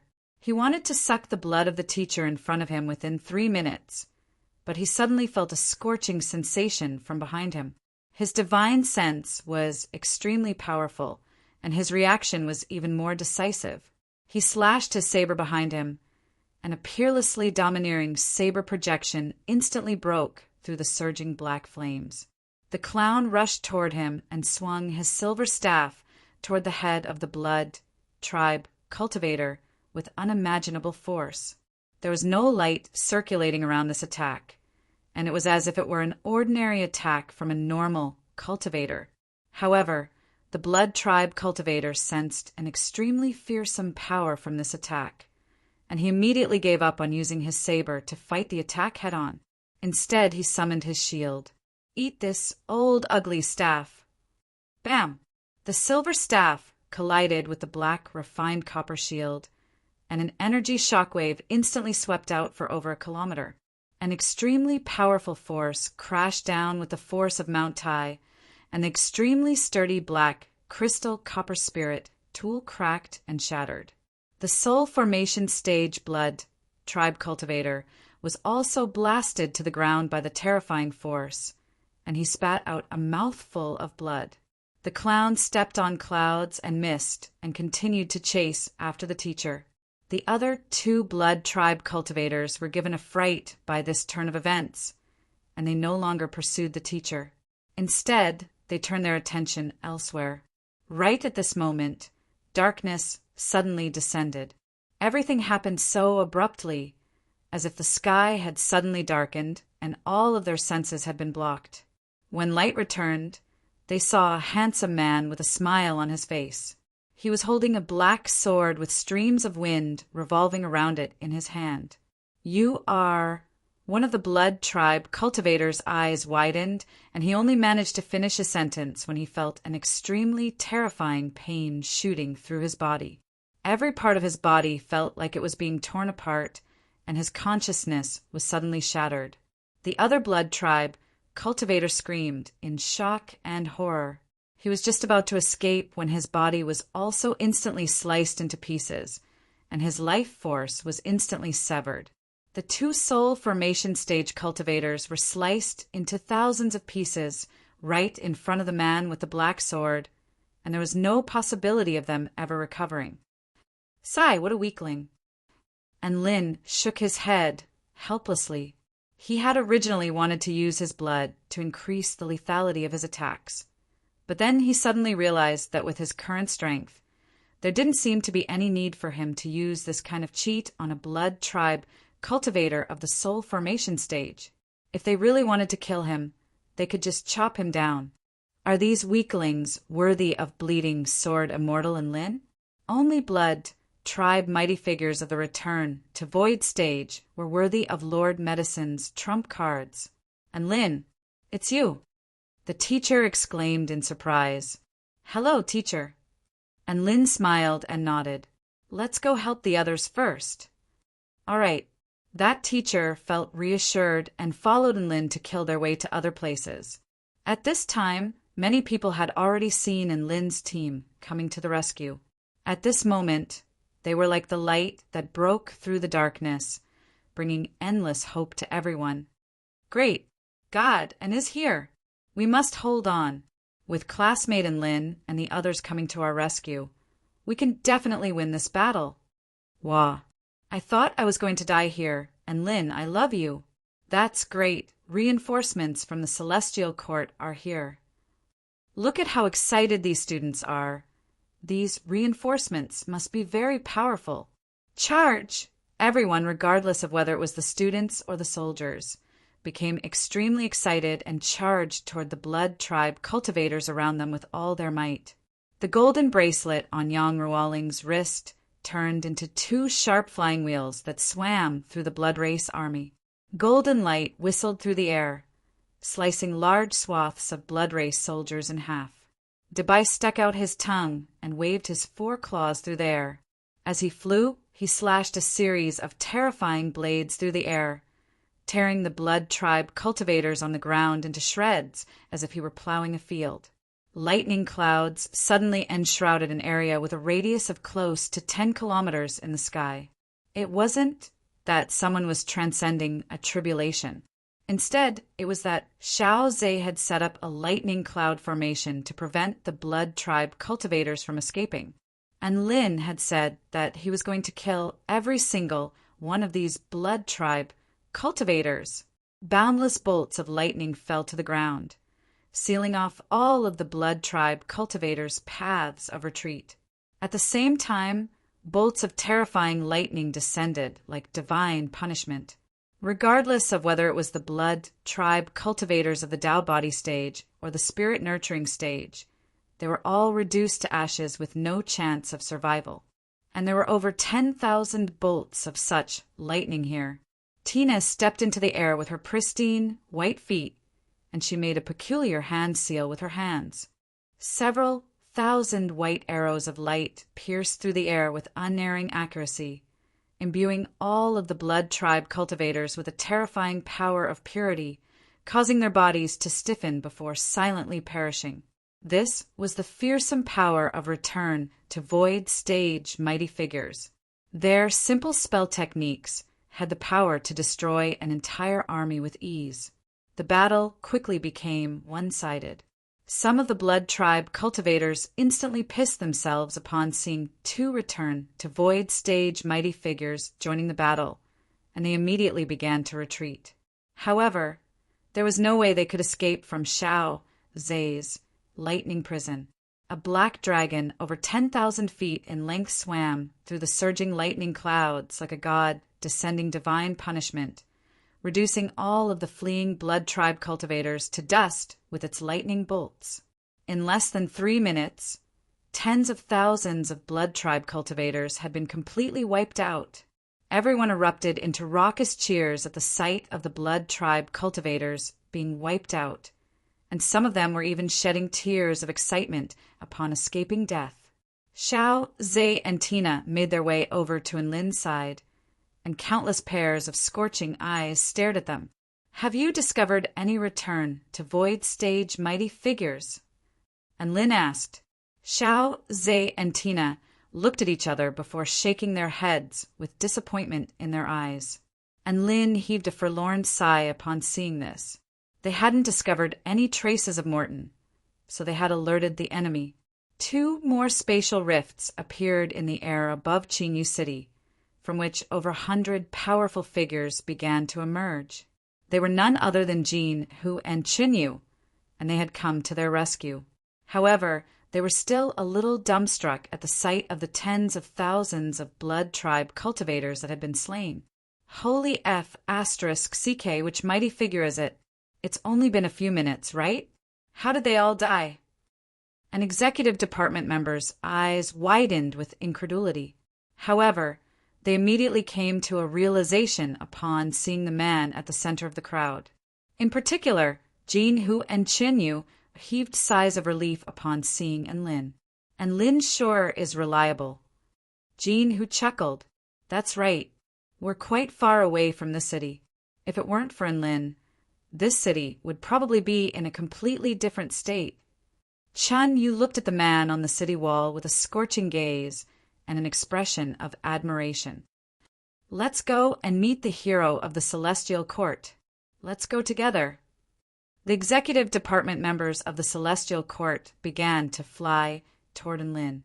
It was also at this moment that a black figure slowly appeared in the distance. He wore a red robe, and his aura was extremely subdued, making it impossible for anyone to detect his presence with their divine sense. The red-robed man chuckled coldly as he looked at the city in the distance. "Hee, what a pleasant surprise! Who would have thought that the people from the Celestial Court in Huangquan City would walk out of Emperor Tianhuang's perimeter? How foolish! This way I can report this matter to Emperor Yideng and use this opportunity to kill these enemies." Just when the red-robed man thought that he had secured the victory, a young man in linen robes made his way toward him without him noticing before appraising him with a pair of cold eyes. Chapter 685. The red-robed man was none other than the return to Void Intermediate Stage Blood Tribe mighty figure, Morton. Morton's Tao of Shadow Slaughter had reached an unfathomable level, and even Xiao Zhe's divine sense was unable to detect his presence. Compared to the information he had obtained, the destruction of this blood tribe army was nothing to be concerned about. All he had to do now was report this discovery to Emperor Yideng, and not only would Emperor Yideng send powerful reinforcements, he might even be able to avenge the destruction of Huangquan City. Just you wait. Your blood will be mine sooner or later." Morton chuckled coldly as he looked at the gargantuan city in the distance before turning to leave. However, at this moment, he caught sight of a figure appearing beside him out of the corner of his eye. This discovery was so abrupt, and it gave him a massive fright. "Who are you?" Morton instantly appeared over 100 meters away as he stared at the figure with a cautious expression. He wasn't an idiot. He knew that a man who could appear beside him without any warning was definitely not an ordinary man. It was exactly because of this that he was already contemplating running away. A faint smile appeared on the youth's face as he spoke in a cold, clear voice. "Were you the one behind the destruction of Tsanglan City?" "I didn't do it," Morton denied with an expression of sincerity as cold sweat began to appear on his palms. "I've already received my answer from your words." The youth made his way toward Morton with a cold expression on his face, and the space around him gradually congealed. Do you know that there is a price to pay for killing the teachers and students of the Celestial Court? It would have been fine if I hadn't encountered them, but now that I've encountered them, I can't just stand by and do nothing." Morton's heart began to race. He felt like an extremely terrifying primordial beast was slowly approaching him before baring its sharp fangs toward him. He couldn't afford to mess with this person. He had to run. He immediately tore open a spatial rift with his hands, only to find that the space around him had already been sealed. What a terrifying sealing power! He was a return to void intermediate stage mighty figure. Even a return to void final stage mighty figure wouldn't be able to seal this space without anyone noticing. Morton immediately unleashed his shadow evasion technique with a decisive expression. Crack! His body had been sealed by a mysterious power, and he was completely immobilized. Who are you?" Morton stared at the handsome young man who was making his way toward him with a horrified expression. Yes, he was truly afraid. How could he not be afraid of an existence that could completely seal off his body? Is it useful for a dead person to ask these questions? The young man made his way over to Morton, and he heaved a faint sigh at the sight of Morton's trembling form. "Sigh, I really didn't want to waste my power, but who told you to jump around like this?" The space around them fell silent, and Morton's body stiffened like a statue. His entire body was now imprisoned, and he couldn't even speak. However, he was roaring in his heart, "I'm innocent!" He didn't jump, he was just hiding in the dark. The young man extended a finger toward him, and just as Morton was perplexed, the voice sounded again. "I'll try my best to control my strength. Finger of the heavenly Tao, 1/10,000th of my strength." Heaven and earth instantly fell silent as an indescribable sense of horror engulfed Morton's entire body. The finger seemed to be imbued with the might of the heavenly Tao, and it grew larger and larger in his eyes. Morton's eyes widened with shock and horror, and even his crotch was a little wet. It couldn't be. It was just a finger. How could the power of a finger be so terrifying? This had to be an illusion. It had to be some kind of trick. He roared with madness in his heart, as if he wanted to use this to counteract the overwhelming horror. But the horror engulfed his entire body, and it only grew stronger and stronger. Heaven and earth began to crumble, and the sun, moon, and stars began to spin in reverse. Amidst a vast expanse of chaos, only the finger remained. The young man's finger had already fallen, and in that instant heaven and earth turned golden within Chinyu City, and Lin was discussing how to deal with Morton with the members of the Celestial Court Executive Department.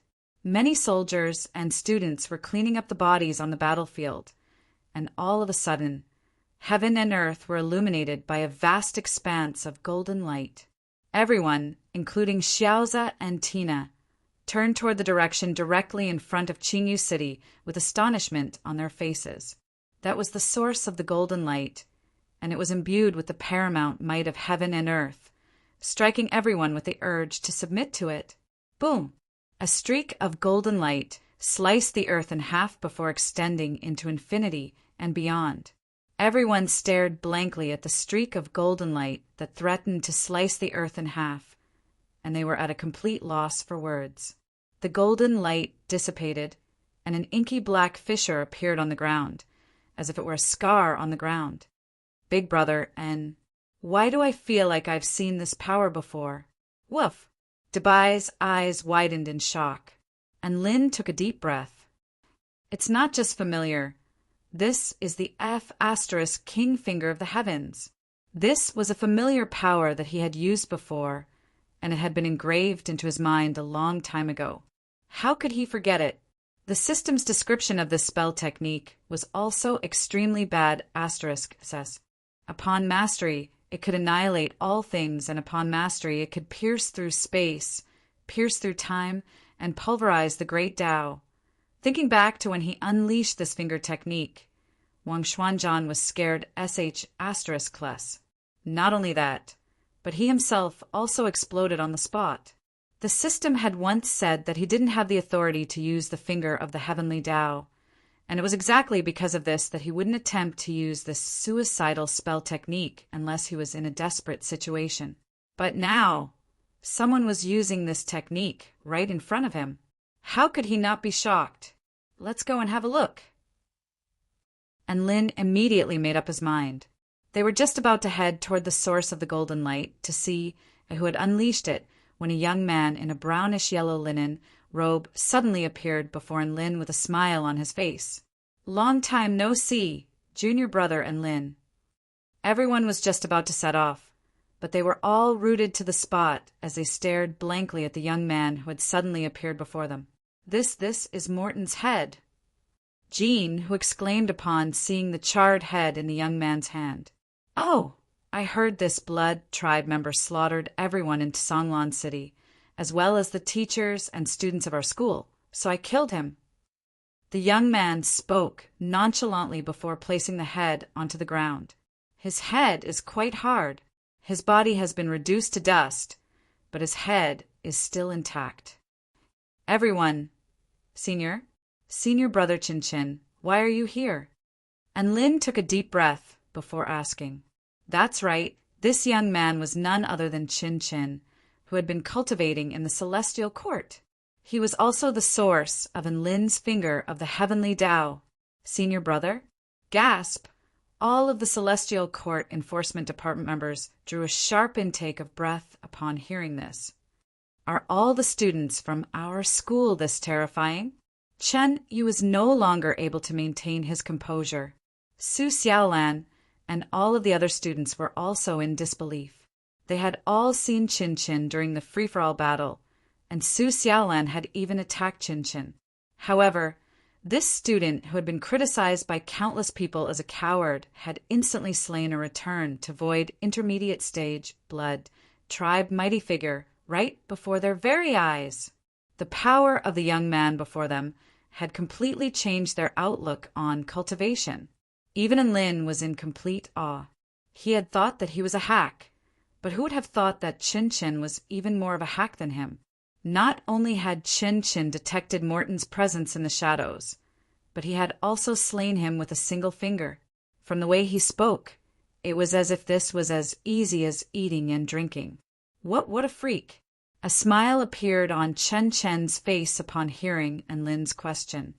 Why am I here? I'm here to find you. Chapter 686. And Lin was quite surprised to hear that Chen Chen had taken the initiative to seek him out. He faltered slightly before asking, Why are you looking for me? Chen Chen looked around with a clear and piercing gaze before rising into the air. Let's go somewhere else and have a good chat. Everyone was astonished to hear this.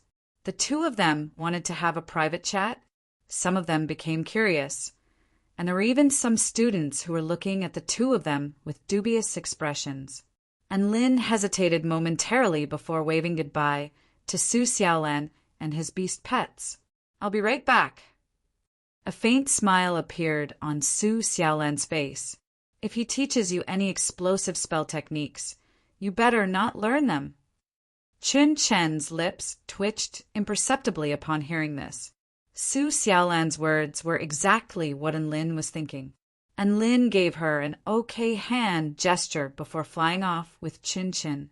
Thus, the two of them strolled through the clouds, and Lin didn't feel very safe, so he brought out his black brick. He stood on the black brick and instantly felt a lot more at ease. He thought for a moment before bringing out a table and 2 small stools from his storage ring, as well as a dozen or so spirit fruits. Rich energy fluctuations instantly proliferated throughout the entire space. Come on, senior student Chin Chin. Let's talk while we eat. Have as many spirit fruits as you want. I've got more here. And Lin waved at Chen Chen with a generous expression. The aura of a tycoon in the cultivation world was on full display. After all, Chen Chen had saved him once, so he definitely wanted to make their meeting as pleasant as possible. Chen Chen looked speechlessly at the black brick beside him, as well as the table and spirit fruits on it. After a few seconds of hesitation, he still sat down across from Lin. And Lin looked at the senior student in front of him carefully. His appearance hadn't changed, and he still looked like a young man. From the aura fluctuations, he had dropped from the 8th stage Tao body to the 7th stage Tao body. He had even dropped one stage. However, only an idiot would look at this cultivation base. It was quite clear that this cultivation base was just for show. As for his attire, he was wearing a brownish-yellow hemp robe, which was so ordinary that it looked like he was in dire straits. And Lin pondered for a moment before he asked with a concerned expression, "Senior, have you been doing well these years? Why did he have to wear hemp clothes? Don't you have any clothes? I have a lot of nice clothes here. There are also a lot of fashion brands in the mortal world. Do you want to pick one or two? Don't worry, I'm not short of money. It's free." Chun Chen's little face twitched slightly. Then he said softly, "Clothes are just worldly possessions. And Lin, junior brother, don't worry about it. Let's get down to business." And Lin fell into deep thought. In the past, in some stories, the main characters were used to dressing poorly and hiding their cultivation. This way, they would be looked down upon by others. Then the main character would jump out to show off and slap people in the face. Now that he thought about it, Chun Chen seemed to be taking this path. Could it be that Chun Chen was going to be the protagonist? Hiss! And Lin sucked in a breath of cold air, then looked at Chun Chen with deep respect. It turned out that he was the man who was going to be the main character. He had to grab onto Chun Chen's thigh as soon as possible. In the future, don't forget to bring your little brother along when you have to flex and slap people in the face. Chun Chen looked at Lin, whose eyes had suddenly become fanatical, and asked with a strange expression, "Anlin, junior brother, what are you thinking about?" Air. And Lin recovered from his reverie and looked at Chun Chen with a fawning expression. "Senior brother, it's nothing. Come on, eat your fruit. Also, can we use voice transmission talismans to exchange contact details?" And Lin felt that he had to suck up to Chin Chin as soon as possible. This was the best opportunity. Chin Chin smiled faintly. "I'm sorry, I don't have a voice transmission talisman." And Lin was dazed. "Then do you have any contact details?" Chin Chin spread his hands open. "I have nothing. I don't have any external possessions. The only thing I have is myself.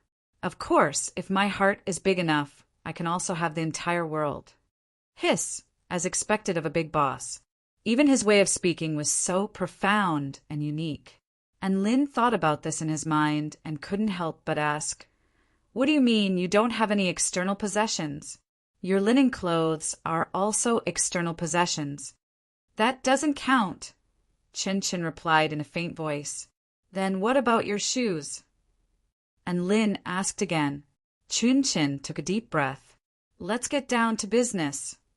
"Yes, senior brother," and Lin replied obediently. Chin Chin stroked his chin and thought for a moment before saying, "Actually, I've been paying attention to you. I have a special feeling for you." Thump. And Lin was just about to pick up a spirit fruit and eat it as they chatted. But Chun Chen's first sentence made his hand tremble and dropped the spirit fruit onto the table. "You, senior brother, I like Xiaolan." And Lin stuttered as waves of shock surged through his heart. F***CK. This kind of confession, coming from the mouth of a handsome young man, was really too frightening. He was a decent person. He tactfully refused on the spot. Chun Chen's expression faltered. "Why are you saying this? Are these two related?" "I don't care." "Of course they're related, I care. I only like Xiaolan, I'm a straight man." And Lin spoke with a serious expression. "Senior brother, you have to cut off these kinds of feelings if you can. Forcing it won't bring you any good results." Chun Chen was confused. What was Lin talking about?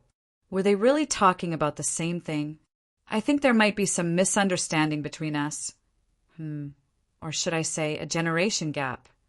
Chun Chen said patiently, "I don't care whether you like Su Xiaolan or not, but I do have a special feeling for you." "That's true."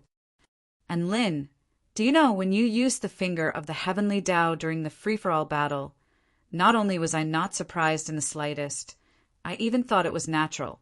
You give me a very special feeling, as if there's an important connection between the two of us.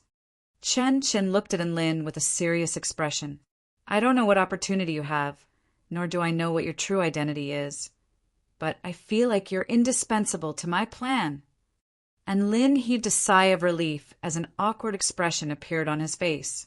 So this was what Chen was talking about. He had misunderstood. So what's your plan? And Lin calmed himself down before asking. If this were Enlin, he would have slapped Chen across the face without hesitation. However, now that he had come into contact with cultivation, he had seen all kinds of strange things. Thus, Enlin was starting to believe this type of quack's attempt to worm his way into a closer relationship with them. A mysterious smile appeared on Chen's face. Do you want to learn more about the heaven-crushing sect? What?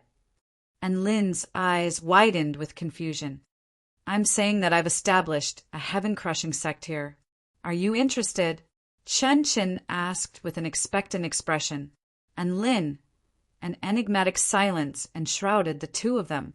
Could it be that all men who wanted to be main characters had to defy the heavens and crush the heavens in order to be considered complete? It had to be said that this fit Chen's persona perfectly. Senior student, I feel like my beast pet, Shuizhantian, might be interested in your sect. And Lin spoke expressionlessly. Chen pointed at Enlin. Junior student, I only need you. And Lin. Chapter 6, 87. Why are you inviting me to join such a stupid sect? And Lin roared with rage in his heart, but he maintained a polite smile on his face. Chen spoke with a serious expression. Anlin Jr. brother, the fact that you're able to use the finger of the heavenly Tao proves that you have an affinity with our heaven-crushing sect. This is because the finger of the heavenly Tao is the heaven-crushing technique of our heaven-crushing sect. Normal cultivators wouldn't be able to reach that level even if they cultivated for hundreds or thousands of years, let alone unleash the heaven-crushing technique. And Lin's heart jolted slightly upon hearing the heaven-crushing technique. When he was observing the finger of the heavenly Tao, the system had told him that the heavenly Tao was flawed. The heaven-crushing sect and the heaven-mending sect were both trying to prove their Tao, and the finger of the heavenly Tao was the heaven-crushing technique. So the heaven-crushing sect wasn't some stupid sect, but a sect of the heaven-crushing sect? In that case, he couldn't ignore Chen's words anymore. Senior disciple, what is this heaven-crushing sect you speak of? And Lin asked. A joyful expression appeared on Chen's face upon seeing that Enlin was finally interested. The heavenly Tao is flawed. If we can't find a way out, this world will collapse. Our heaven-crushing sect's mission is to destroy the heavenly Tao and become the new heavenly Tao to rule over all of the realms. Of course, you'll only know the specifics of our plan after you join our sect and become one of us. And Lin was completely astonished upon hearing Chen's description. Holy F***CK, is he really going to F***CK the heavens? Not only was he going to F***CK the heavens, but he was going to replace them and become the new heavens? This was way too terrifying. This was something that a main character should do, and he wanted Enlin to join them? What a joke. And Lin clasped his hands together in a salute. Sorry to disturb you. Chen blinked in confusion. What? I want steady happiness. Farewell. And Lin spoke with a serious expression. Chen wasn't being serious about F***king the heavens. But Enlin could tell that he was serious. This was F***king terrifying. What kind of hatred did the heavens have against him? Why did he have to do this? Not to mention how arduous and terrifying that path was. Just the backlash from the heavenly Tao alone was something he couldn't bear. And Lin didn't have any big dreams. He just wanted to spend the rest of his life peacefully with Su Xiaolan, his family, and his friends. He didn't even want to pursue immortality. Living for 10,000 years, or even 100 million years would be enough. If one lived for too long, they might get bored. It was just such an ordinary dream. Why do you insist on participating in Heaven Crushing's great cause? What were they after? The responsibility of saving the world should be left to the protagonist of this world, Senior Chin Chin. At the thought of this, Anlin stood up and prepared to leave. Hey, Anlin Jr. brother, don't be rash. Think about it first. When Chin Chin saw this, he stood up as well. There was a hint of nervousness on his handsome face. You can use the finger of the Tao of Heaven. Once you enter the sect, I can make you the third disciple. And Lin's face convulsed. Don't even think about it. I won't do it, even if I have to. His instincts told him that he would be in a lot of trouble if he got involved in this matter.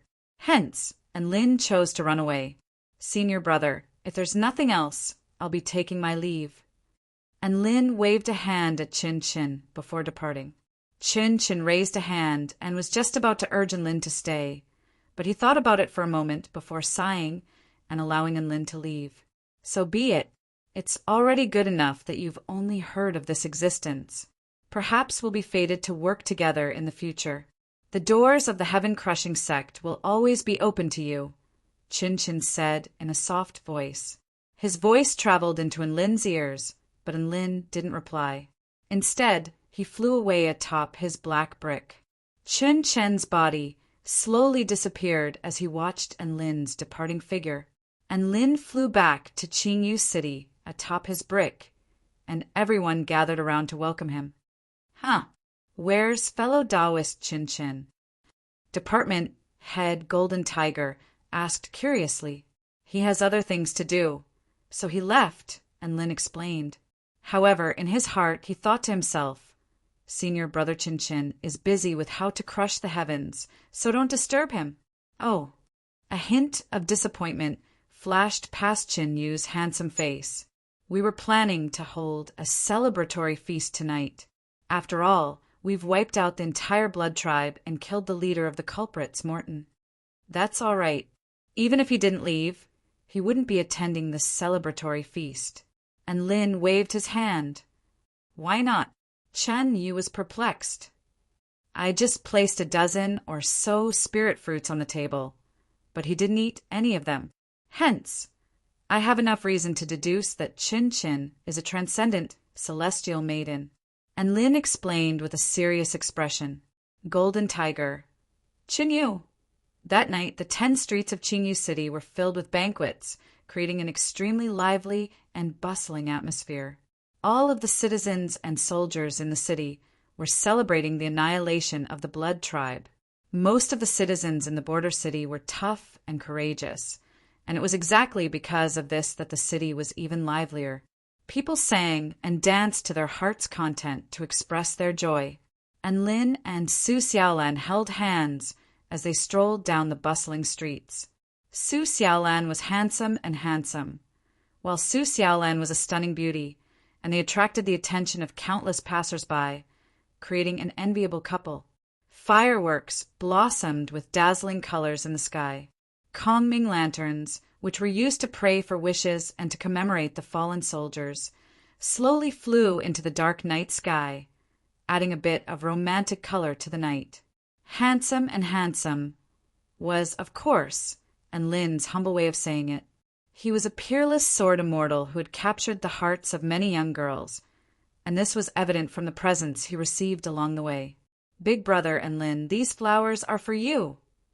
A lively little girl stuffed a bouquet of tulips into Lin's hand. Thank you, adorable little sister.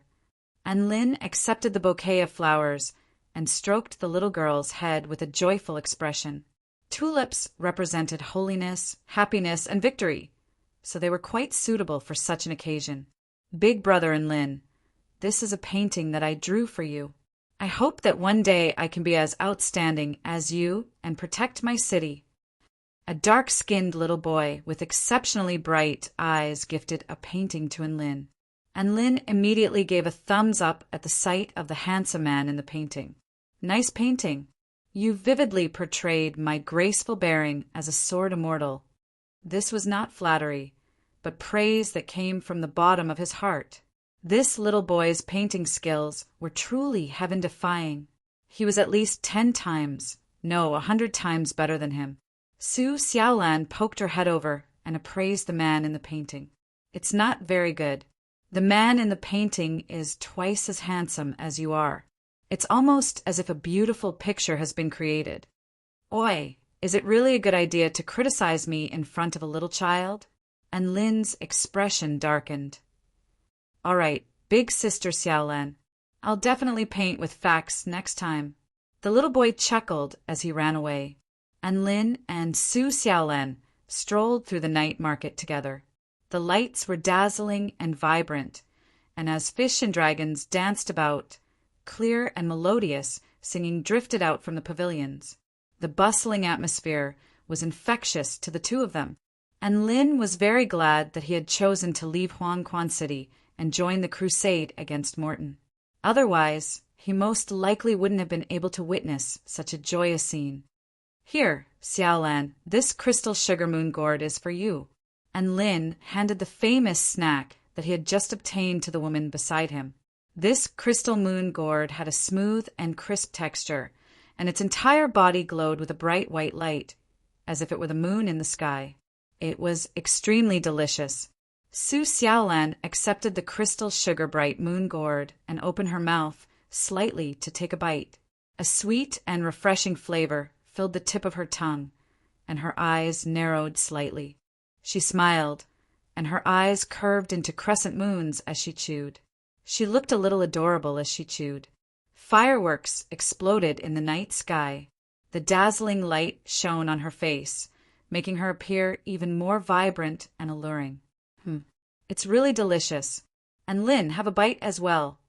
Su Xiaolan handed the crystal moon gourd to Lin's mouth with a dainty smile on her face, and Lin took the opportunity to take a bite and chew on it. The texture was indeed amazing. This was given to him by Xiaolan, and the flavor enhancement was doubled. In short, it was extremely delicious. An elated smile appeared on Lin's face. Perhaps this was the kind of stable happiness that he wanted. Along the way, Lin held onto Su Xiaolan's hand, unwilling to let go. Chapter 688. Outside Songlan City, Morton's severed head was hung in the air as a tribute to the dead souls in the city. The dozen or so students who had survived were taken away by members of the executive department. After seeing Morton's severed head, the knot in their hearts was resolved. Some of them had tears streaming down their faces, while others fell completely unconscious. In reality, it was quite normal for people to sacrifice themselves in the face of the blood tribe or snow maidens. This was the reality of the cultivation world. There was no such thing as eternal peace and bliss. There were battles of all sizes everywhere. With their enemies vanquished, Lin, Su Xiaolan, Tina, Dabai, and Xiao, Cho hurried back to Huangquan City. At this moment, at the center of the dark marshlands, within the paramount palace of the blood tribe, the divine palace of life, Morton's jade badge of life shattered into dust with a loud crack. Boom! A crimson pillar of blood broke through the roof of the divine palace and shot straight into the heavens. An extremely enraged voice erupted throughout the earth. Who dared to kill one of my most trusted subordinates? I'm going to turn their entire family into blood ghosts and turn their sect into a blood prison. I'm going to torture everyone's souls for 1,000,000 years. All of the tool refinement masters stared blankly at the crimson pillar rising into the sky, and they felt like throwing up mouthfuls of blood. The roof of the divine palace had only been repaired a few days ago, but it had exploded again. Why was this emperor so easily enraged? The tool refinement masters wanted to cry, but they didn't dare to say anything. Morton was a very renowned, mighty figure in the blood tribe. He was extremely proficient in the Tao of assassination, and he was known as the most difficult to kill return to void stage mighty figure in the blood tribe. However, such a mighty figure had been killed without even being able to send out a distress signal. How could Emperor Yi Deng not be shocked and enraged? If it weren't for the fact that Tao integration stage mighty figures were naturally able to sense one another, who would have thought that a Tao integration stage mighty figure had interfered? Each and every return to void stage mighty figure was one of the most powerful beings in the blood tribe, but 5 of them had fallen in the past dozen or so days. This was a massive blow to the blood tribe. It was an even bigger blow to Emperor Yi Deng, as those 5 return to void stage mighty figures, including his son, were all his most trusted subordinates. Fortunately, the blood race had produced 3 saints this time. If the Holy Son developed well, he might be able to lead the blood race toward a new era of glory. This was also the reason why the blood race bigwigs weren't so panicked and heartbroken. Of course, there was one exception, and that was Emperor Yi Deng. Yi Deng counted on his fingers. There were still 4 returned to void stage lackeys who could serve him. He spat out another mouthful of old blood and yelled in anger, "Celestial Court, you've gone too far!" Even though the blood tribe was in turmoil, and Lin and the others passed through the next few days in peace and quiet, when it was time for the final exam, everyone set off to return to campus. Then it was time for the award ceremony for the final exam, and Lin's class had received commendations from the whole school for their frightening achievements. And this was under the premise that the Celestial Court had covered up Layden's death. If that incident were to be exposed, then it wouldn't just be a simple award ceremony. Instead, it would cause a massive stir throughout the entire kingdom of the 9 states. However, in order to prevent Lin from attracting too much hatred, this matter was concealed very well. Only the 5 emperors of the Celestial Court, Lin Junjun, the homeroom teacher, and a few of Lin's closest friends knew about this matter. During the award ceremony, the school gave out many pills, materials, and spirit stones to those who had performed meritorious deeds. These were only a drop in the bucket compared to Lin's vast fortune. However, Vice Principal Yu Hua had secretly given Lin 3 4th-grade immortal pill coupons and 1 3rd-grade immortal pill coupon, which was quite generous. Those were most likely the rewards that Lin had received for doing things that no one knew about. During this award ceremony, aside from Lin's outstanding performance, Lu Qianhuan's performance was also very dazzling. During a crucial battle against the Snow Maidens, she had single-handedly cut off a logistics team of 3,000 people and slain 3 Soul Formation Stage Snow Maiden generals. She chased after the 3,000 Snow Maidens for several hundred kilometers until a certain Holy Palace leader was alerted, and only then did she return on her sword. The executive department of the Celestial Court in the Holy Glacial Lands had already extended an invitation to her. As long as she worked there, she would receive the treatment of a general. Many of the important departments of the Celestial Court had also opened their doors to her. However, she still hadn't decided where she wanted to go. A light breeze blew past on a small path in the Celestial Court, and withered yellow leaves fell from the sky. The path was covered in a yellow carpet of fallen leaves. A pretty girl in a pink and blue sailor suit was humming a song as she stepped lightly on the yellow carpet, creating a slight rustling sound. Her pink hair had grown a little long, and it was tied into a ponytail. As she walked, her ponytail also swayed in the wind. She was full of energy. And Lin, what do you think I should choose? Her voice was crisp and pleasing to the ear. Her thin brows were furrowed, and there was a hint of melancholy on her face. She looked very much like a young girl who was going through puberty. A handsome man in a white robe walked beside the woman. He rolled his eyes. "This is the 5th time you've asked me."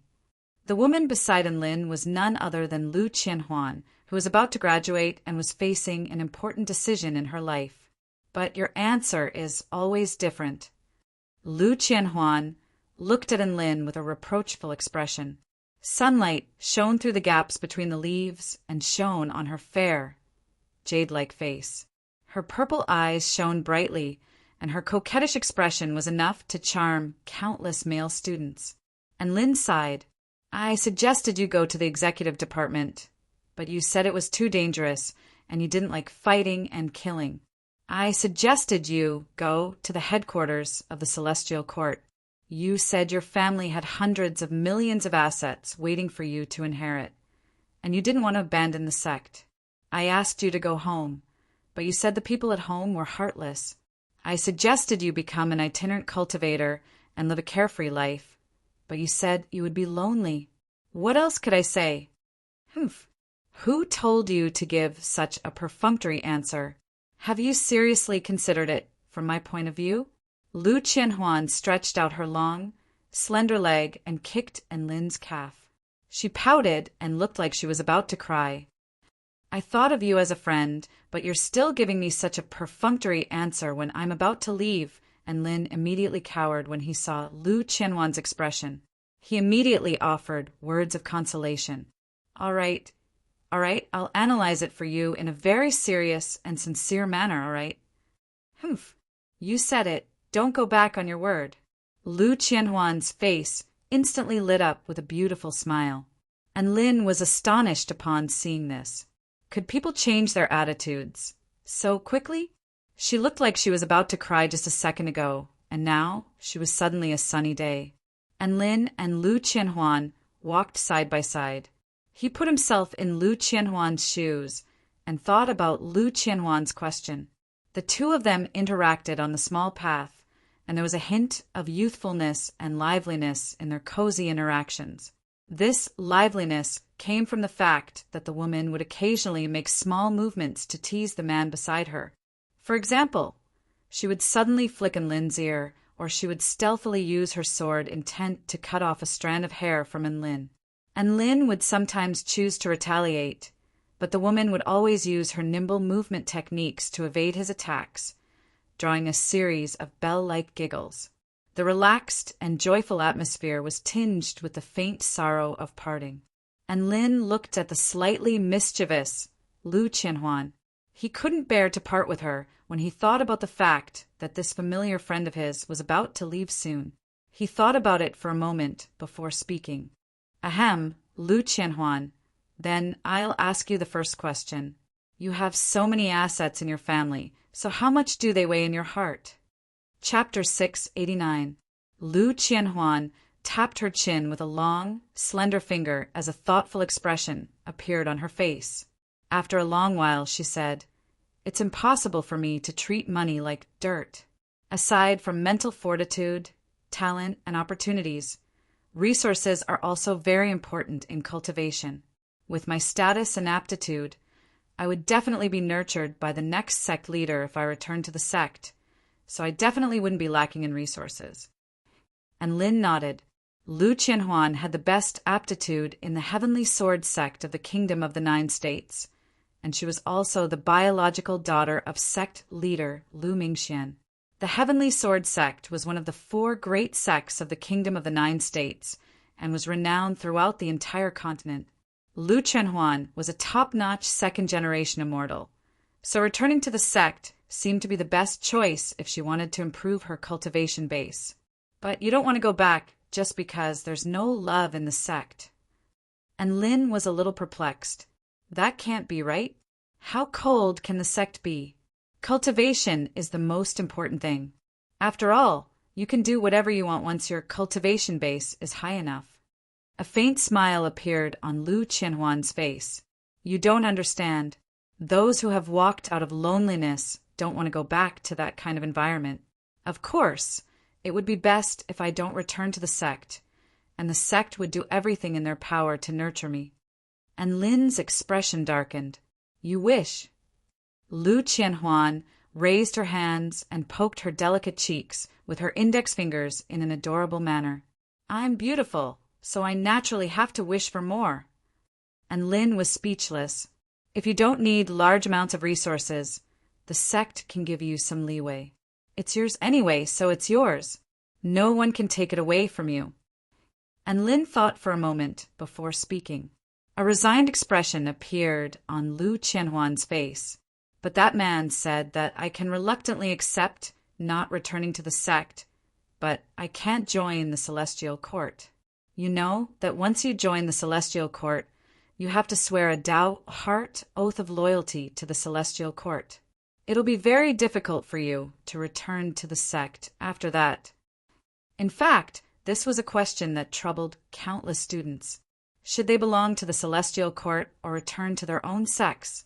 This was a difficult decision to make. There were also people who ran between the celestial court and the sects, but these people were usually outsiders. The celestial court would never give real opportunities to these people. To obtain real benefits, one must be truly loyal to the celestial court and become a core member of the celestial court. If Lu Qianhuan couldn't become a core member of the celestial court, then what was the point of her remaining in the celestial court? She might as well roam the outside world. However, not everyone was the main character, and they could obtain countless fortuitous opportunities just by playing around. With the support of a sect's resources, it was always beneficial for growth. Lu Qianhuan, you're too arrogant. Ordinary sects definitely won't take you seriously, as even their patriarchs might not be able to defeat you. It seems like the only options left are the Celestial Court and the Heavenly Sword sect. And Lin's eyes suddenly lit up as he spoke. No, you're afraid of loneliness. So you want a sect that's arrogant and allows you to be with your friends. Then we can create our own sect and have fun on our own. Create our own sect? Lu Qianhuan's purple eyes glowed with excitement. That's right, a group that belongs to our friends. A sect that is extremely free. You can go back to your own sect whenever you want. But in our sect, you'll have absolute freedom without any restrictions. And Lin became more and more excited as he spoke, and it was as if a grand vision was unfolding before his eyes. A hint of hesitation appeared on Lu Qianhuan's face. But can a sect that only entertains itself really be considered a sect? Setting aside arrogance, perhaps even how it's going to develop is a problem? That's not true. And Lin wagged a finger. Third-rate sects develop through spirit stones and other resources. Second-rate sects develop through martial prowess, and first-rate sects develop through mystic realms and cultivation methods. Think about it, aside from some of the sect's exclusive cultivation methods, there's your Heavenly Sword sect cultivation method, Big Brother Cheng's Myriad Spirit sect cultivation method, Su Xiaolan's Vermilion Bird sect cultivation method, and Dubai's mythological beast sect cultivation method. Just how alluring would all of these be to the cultivators of the kingdom of the 9 states? Lu Qianhuan's eyes widened as she drew a sharp intake of breath. All of the inheritances of the 4 great sects of the kingdom of the 9 states. Not only that, but my disciple Xiao Zhe's primordial dragon tribe inheritance, Little Na's fairy tribe healing and spatial inheritance, and my servant Little Lang's ancient man tribe inheritance are all top-notch inheritances. I'm sure they'll create a massive stir across the entire continent. And Lin spoke with a smile. Lu Qianhuan swallowed involuntarily as a scorching light appeared in her eyes. Her desire to stir up trouble was burning. Founding a sect. That sounds very exciting. I feel as if I can already see the rise of a top-notch sect. And Lin, from what you said earlier, you'll also be participating in the founding of a sect, right? Lu Qianhuan's purple eyes flickered with excitement as she turned toward the man beside her, and Lin nodded. Of course. Even though this is just a spur-of-the-moment idea, it might actually be feasible. He was also struggling with the issue of separating from his friends, and he was also trying to think of a way to bridge the gap between them. This world was very big, and if there weren't any communication hubs, then perhaps even good friends would soon become familiar strangers. For example, Su Qianyin, Xianyuan Cheng, Tang Shimin, Miao Tian, Luo Ziping, Zhao Huayin, and Lu Debao. After graduation, it was very likely that they would have to part ways and go their separate ways. Then, would he be able to form a big family? It couldn't just be a place for them to chat. That wouldn't be very attractive. It should be a place for new people to flourish. Not only would they be able to interact happily there, but it would also be beneficial to their cultivation. It was quite clear that founding a sect that could benefit everyone was a very good choice. I think my beast pets, disciples, and servants will all join that sect. And Lin smiled. This was a very lowly statement, but anyone who knew Lin would definitely be given a fright by this statement. Just Lin's forces alone would be enough to elevate that sect to become a first-rate sect in the kingdom of the 9 states. If that's the case, then you'll be the leader of the sect. Lu Qianhuan smiled daintily. Since we've decided to found a sect, the first step is to give it a name. Do you have any good ideas? Why don't we call it the Lan Lin sect? And Lin blurted out. Lu Qianhuan faltered slightly upon hearing this, and her expression darkened a second later. You don't even forget to show off when you're founding a sect? This kind of sect will be done for sooner or later. An awkward smile appeared on Lin's face. Then what do you think is a good name? Lu Qianhuan pondered for a moment before suggesting, when we establish a sect, all of our members will be top-tier powerful beings, the elites of the elites, she continued. Why don't we call our sect the League of Legends? And Lin. Chapter 690, League of Legends. And Lin's chest constricted, and he wanted nothing more than to leave right away. Are you serious, Lu Qianhuan? He asked with a dark expression. Lu Qianhuan giggled and nodded. Otherwise, the League of Valor is fine too. Then is the main business of our sect to open internet cafes, play games, and collect fees? And Lin asked expressionlessly. That's great. That's a great idea. We can then attract a wave of internet addicts and start a gaming frenzy in the cultivation world. Lu Qianhuan clapped her hands in approval as if she had discovered a new continent. Sorry to disturb you. And Lin turned to leave. Hey, don't go. A slender hand latched onto Lin's arm. If you don't like the name, we can think about it again. Lu Qianhuan pouted and looked at Lin with an aggrieved expression, as if she were a helpless little kitten. All right, let's think about it again. And Lin heaved a forlorn sigh. In reality, the name of a sect could also affect the fortune of that sect. It either had to display the unique characteristics of the sect, or it had to have a domineering aura. Celestial Court, 10,000 Spirits Immortal Sect, Vermilion Bird Sect, Heavenly Sword Sect, Mythological Beast Sect. All of these sects had bad *SS names. If they had tacky names, even the heavens wouldn't like them, let alone bless them. Of course, the heaven-crushing sect was an exception. The two of them began another round of discussion. Names were actually quite difficult to come up with. There were so many sects now, and many names had already been used. You couldn't just register a sect and steal their name, right? That would be immoral. Those who were weak would be accused of bullying the weak. Those who were strong would inevitably have to fight each other. Suddenly having a sect with the same name was clearly a provocation. There could only be one sect with such a name on this continent. Sigh. It looks like most of the names for the Intent Realms have already been chosen. How about we come up with some weird names? Lu Qianhuan suggested with a bitter expression. A thoughtful expression appeared on Lin's face, and his eyes suddenly lit up. How about we call it the 4-9 Immortal Sect? Lu Qianhuan paused momentarily before chuckling. You're referring to the 50 Heavenly Tao and 49 Heavenly Evolution? That's right. And Lin said, no one would name a sect with numbers like this, right? It's the only one in the entire continent, and it's so King profound. Lu Qianhuan snapped her fingers. All right, we'll call it the 4-9 Immortal Sect then. Thus, the 4-9 Immortal Sect was born from their casual conversation.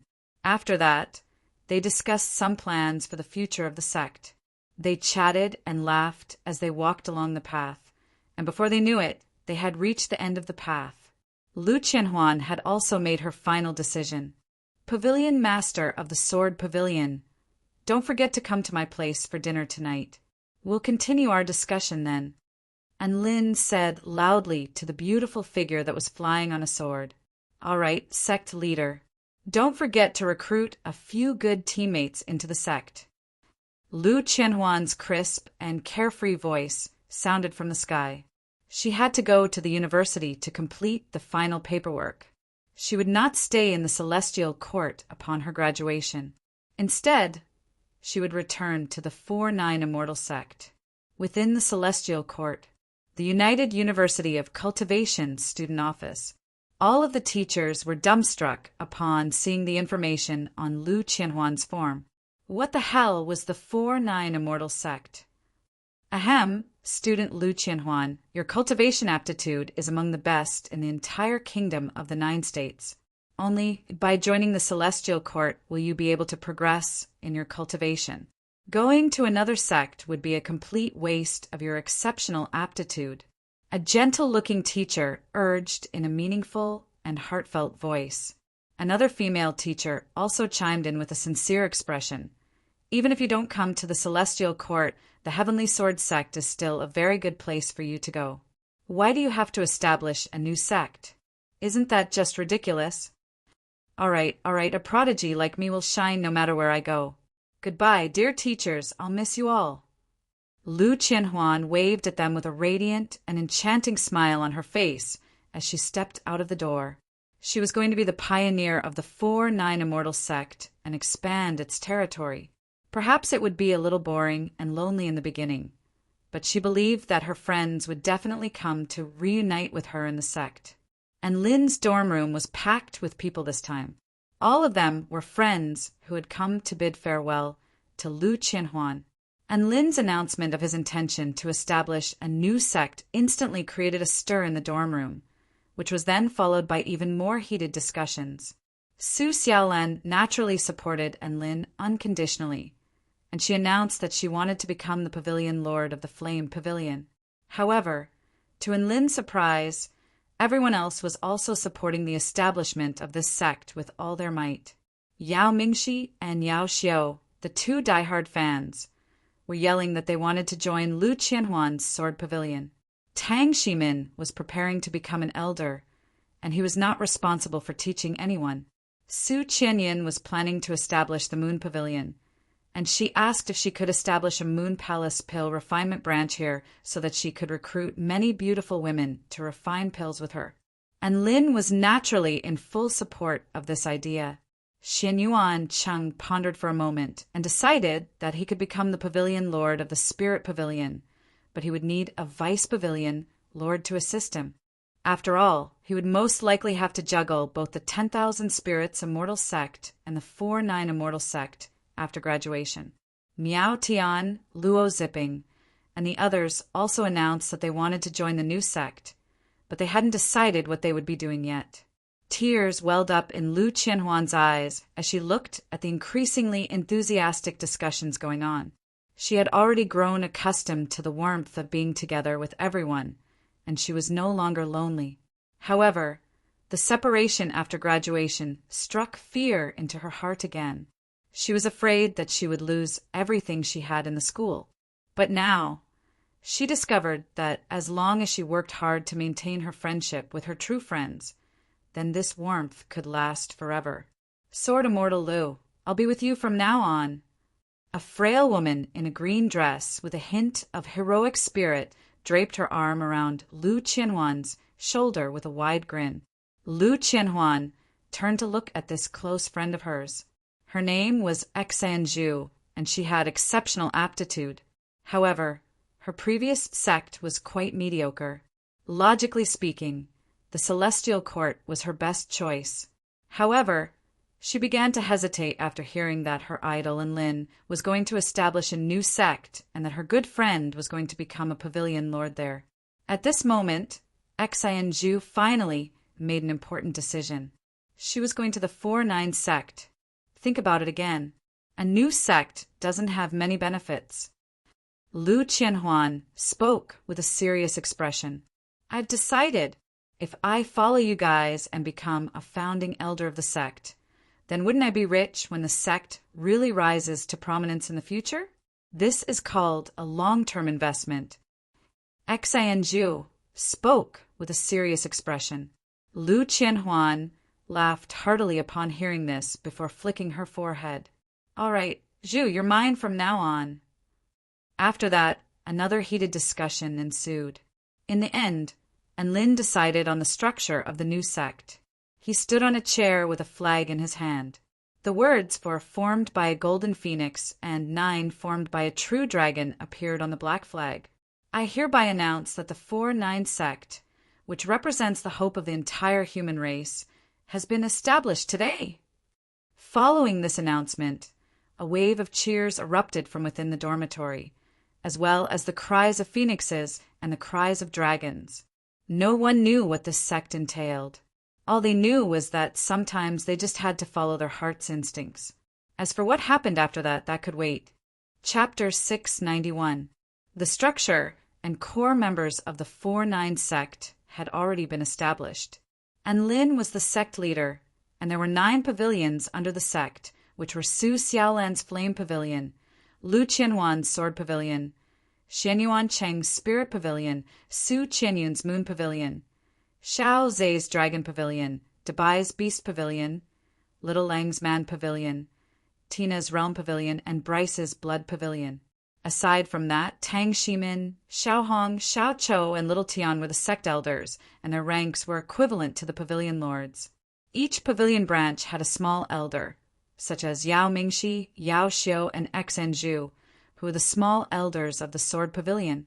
Zhao Huayin was the small elder of the Beast Pavilion. Hu Guan and Lu Debao were the small elders of the Dragon Pavilion, and there was no one else in the other pavilions. In any case, they were all officials now, and all that was left was to be recruited. We'll select a location after the school holidays, Enlil said. Everyone returned home after a joyous day, and their hearts were still filled with hope for their new sect. Enlil was no exception. Never would he have thought that his unrealistic idea would receive the support of so many friends and become a reality. Enlil actually wanted to spread the news of his new sect to the entire university. With his prestige and influence, perhaps he could even attract a wave of die-hard fans to join the sect. However, he quickly dismissed this idea. Firstly, he didn't want to hold up the students' futures, and secondly, he didn't want to be beaten to death by the leaders of the Celestial Court. *CK. He had painstakingly nurtured them. And you want to poach them just like that? Do you want to die? It was already late at night, and everyone had left.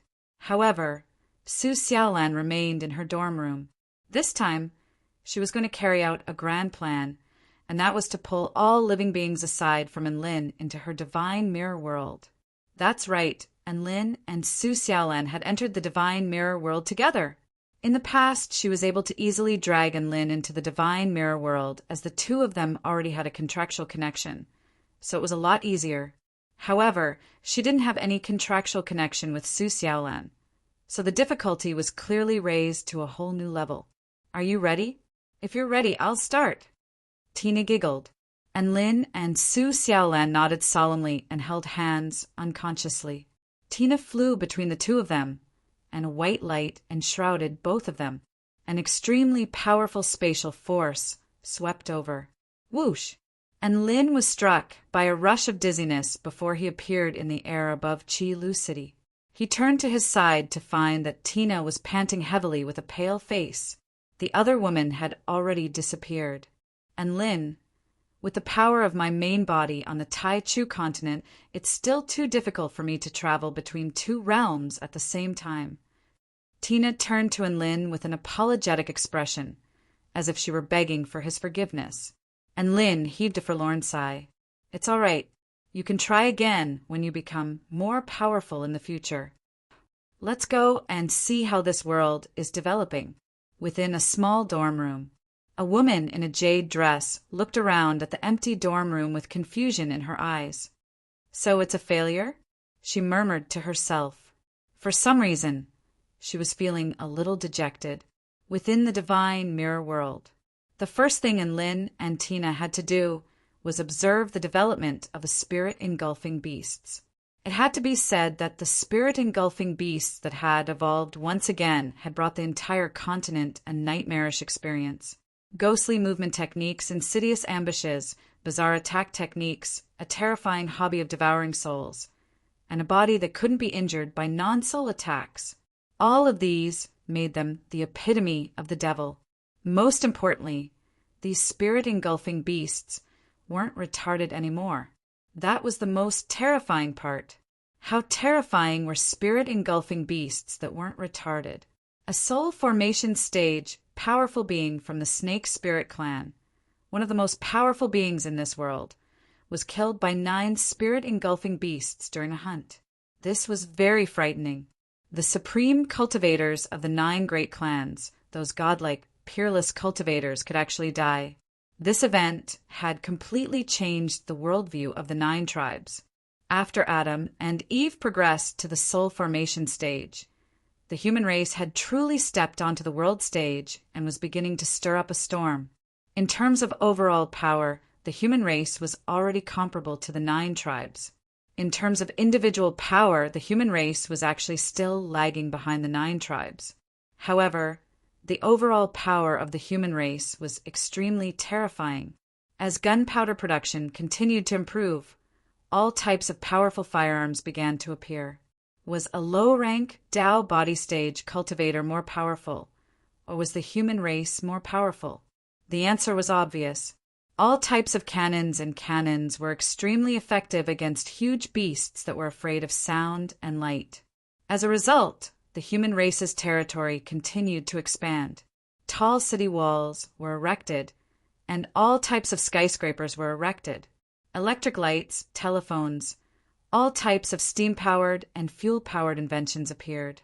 The human race's lifestyle underwent an unimaginable transformation. The single dog who only loved science, the 9th son of Adam and Eve, Seth, became the most dazzling being in the human race aside from the patriarchs. The reason for this was none other than the fact that the scientific team he led had transformed the human world. Humans also began to understand the power of science and technology. Who knew that it could be this powerful? The craze of researching science and technology rose among the human race. And Lin knew that the human race had entered a period of technological explosion. The human race has Chi Lu City as their main city and 17 satellite cities. Their total population has reached 7 million. Their technological level is at the pinnacle of the first-level civilization, but they're still at the thermal energy stage. Their particle energy civilization has only just begun, and they're still at the stage of discovering electricity. In the cultivation civilization, there are a total of 5 soul formation stage cultivators, close to 100 spirit nurturing stage cultivators, and over 1 million Tao body stage cultivators. And Lin evaluated slowly as he marveled at the terrifying rate of development in his heart. Under normal circumstances, Tina's time acceleration could only be maintained at around 500 times the normal speed, and it was very easy for her to tire out. Giant and Lin, I suddenly thought of something. How about we combine all of the most powerful beings in this world into the 4-9 sect? Tina suddenly suggested, and Lin's expression faltered slightly upon hearing this suggestion before becoming extremely excited. That's a great idea. That way, our sect would have a secret power that would be comprised of all of the most powerful beings in this world. Only after thinking about it did he realize just how terrifying this power was. How many years had it taken for Tina to create so many soul formation stage powerful beings in this world? Countless years had indeed elapsed through time acceleration. However, in the outside world, only less than half a year had passed. In other words, Tina could take advantage of the time difference between the two worlds to nurture a large army of powerful beings. Now, let's see if we can teleport all of the living beings in this world out of here. Tina waved her delicate fists as she spoke with an excited expression. Chapter 692. Transferring all of the living beings in this world to the outside world was the most important step in their grand plan, and Lin's entire body became excited. Sure, who should we transfer? Well, there's a certain level of danger to this spell technique. Let me think about it. Tina fell into deep thought as she closed her eyes. I feel like we should find someone with a fanatical faith. It would be best if they could help us spread the news of the outside world. They should have a certain status and know how to promote marketing and brainwash others, as well as themselves. Someone like that would be extremely useful once they returned to this world from the outside world. And Lin spoke in a slow voice. Tina nodded before suddenly grabbing onto Lin's hand. In the next instant, the space around them transformed, and the two of them arrived on a plaza constructed from white essence stones. This is... And Lin looked down at the countless living beings down below and exclaimed, "This is the central city of the true demon tribe." Tina opened her green eyes, and a smile appeared on her face. "We're just in time. There's going to be a good show." And Lin could see that there were at least 100,000 people gathered on the plaza. Not only were there true demon tribe cultivators, but there were also representatives from the Darkwing tribe, the Holy Martial clan, the Spiritfish clan, and many other tribes. All of the living beings turned toward the central city with expressions of rage, disdain, contempt, hatred, and schadenfreude on their faces. And Lin turned toward the central city to find a true demon with a powerful aura standing at the center of the sacrificial altar. It was being bound by black chains and hung high up in the air with scorching flames burning beneath it. When he saw the true demon's appearance, his mouth gaped open slightly, and his eyes widened as he drew a sharp intake of breath. This was a very familiar true demon. In that instant, he finally understood Tina's intentions. The number 1 soul formation stage cultivator in this world, General Hong Tsang, had a solemn expression on his face as he opened a golden book and began to read in a loud voice. True Demon Tribe, Wei Ji, guilty of deceiving the world. 100 years ago, he misled all the tribes in this world by announcing that failing to transcend tribulation transcendence was equivalent to ascension. He was disrespectful to our ancestors, and he caused the entire world to commit this sin. This is a heinous crime that cannot be tolerated by the heavens and earth. The 100 years of imprisonment are up. Now, we will sacrifice this sinful devil to the heavens to comfort the souls of our ancestors. As soon as great General Hong Tsang finished speaking, countless angry shouts and voices of suppression rang out in the central plaza. Burn! Burn! Burn!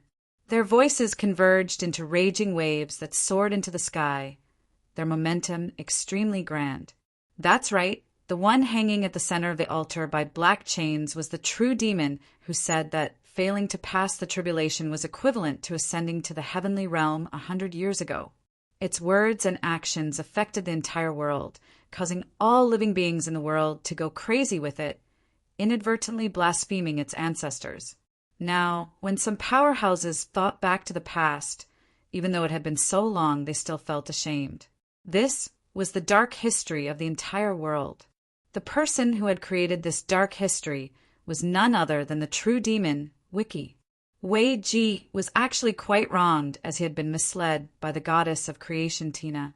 If it weren't for the fact that Tina had made all of the spirit-engulfing beasts explode on the spot, Wiki wouldn't have thought that it was their team leader who had done this. At this moment, cries of condemnation and slaughter rang out across the plaza like a tidal wave. The law didn't punish the masses, but someone had to take the blame for this massive mistake. Otherwise, their ancestors would be treated as a joke by future generations. They had failed their tribulation transcendence, only to have an entire city of people sing and dance in celebration. This was F*King stinging to the ears. It was quite clear that Wiki was the perfect scapegoat. This was all Wiki's fault. Wiki was hung on the stake, looking at the countless vengeful and enraged gazes, listening to the roars of battle that swept toward him like a massive tidal wave. But his expression was surprisingly calm and serene. I still believe that the miracle I saw that day was real. Even if it wasn't team leaders' doing, it was still God's blessing for us. After we die, we will definitely be able to go to another world. God is enlightened and forgiving. He will understand everything I've done and forgive everything I've done. Everything I've done has been done with a clear conscience, and there was no intentional deception involved. After I die, I will definitely ascend to the heavenly realm. Wiki's voice reverberated throughout the plaza, but it was immediately met with raucous laughter and enraged curses. "Haha!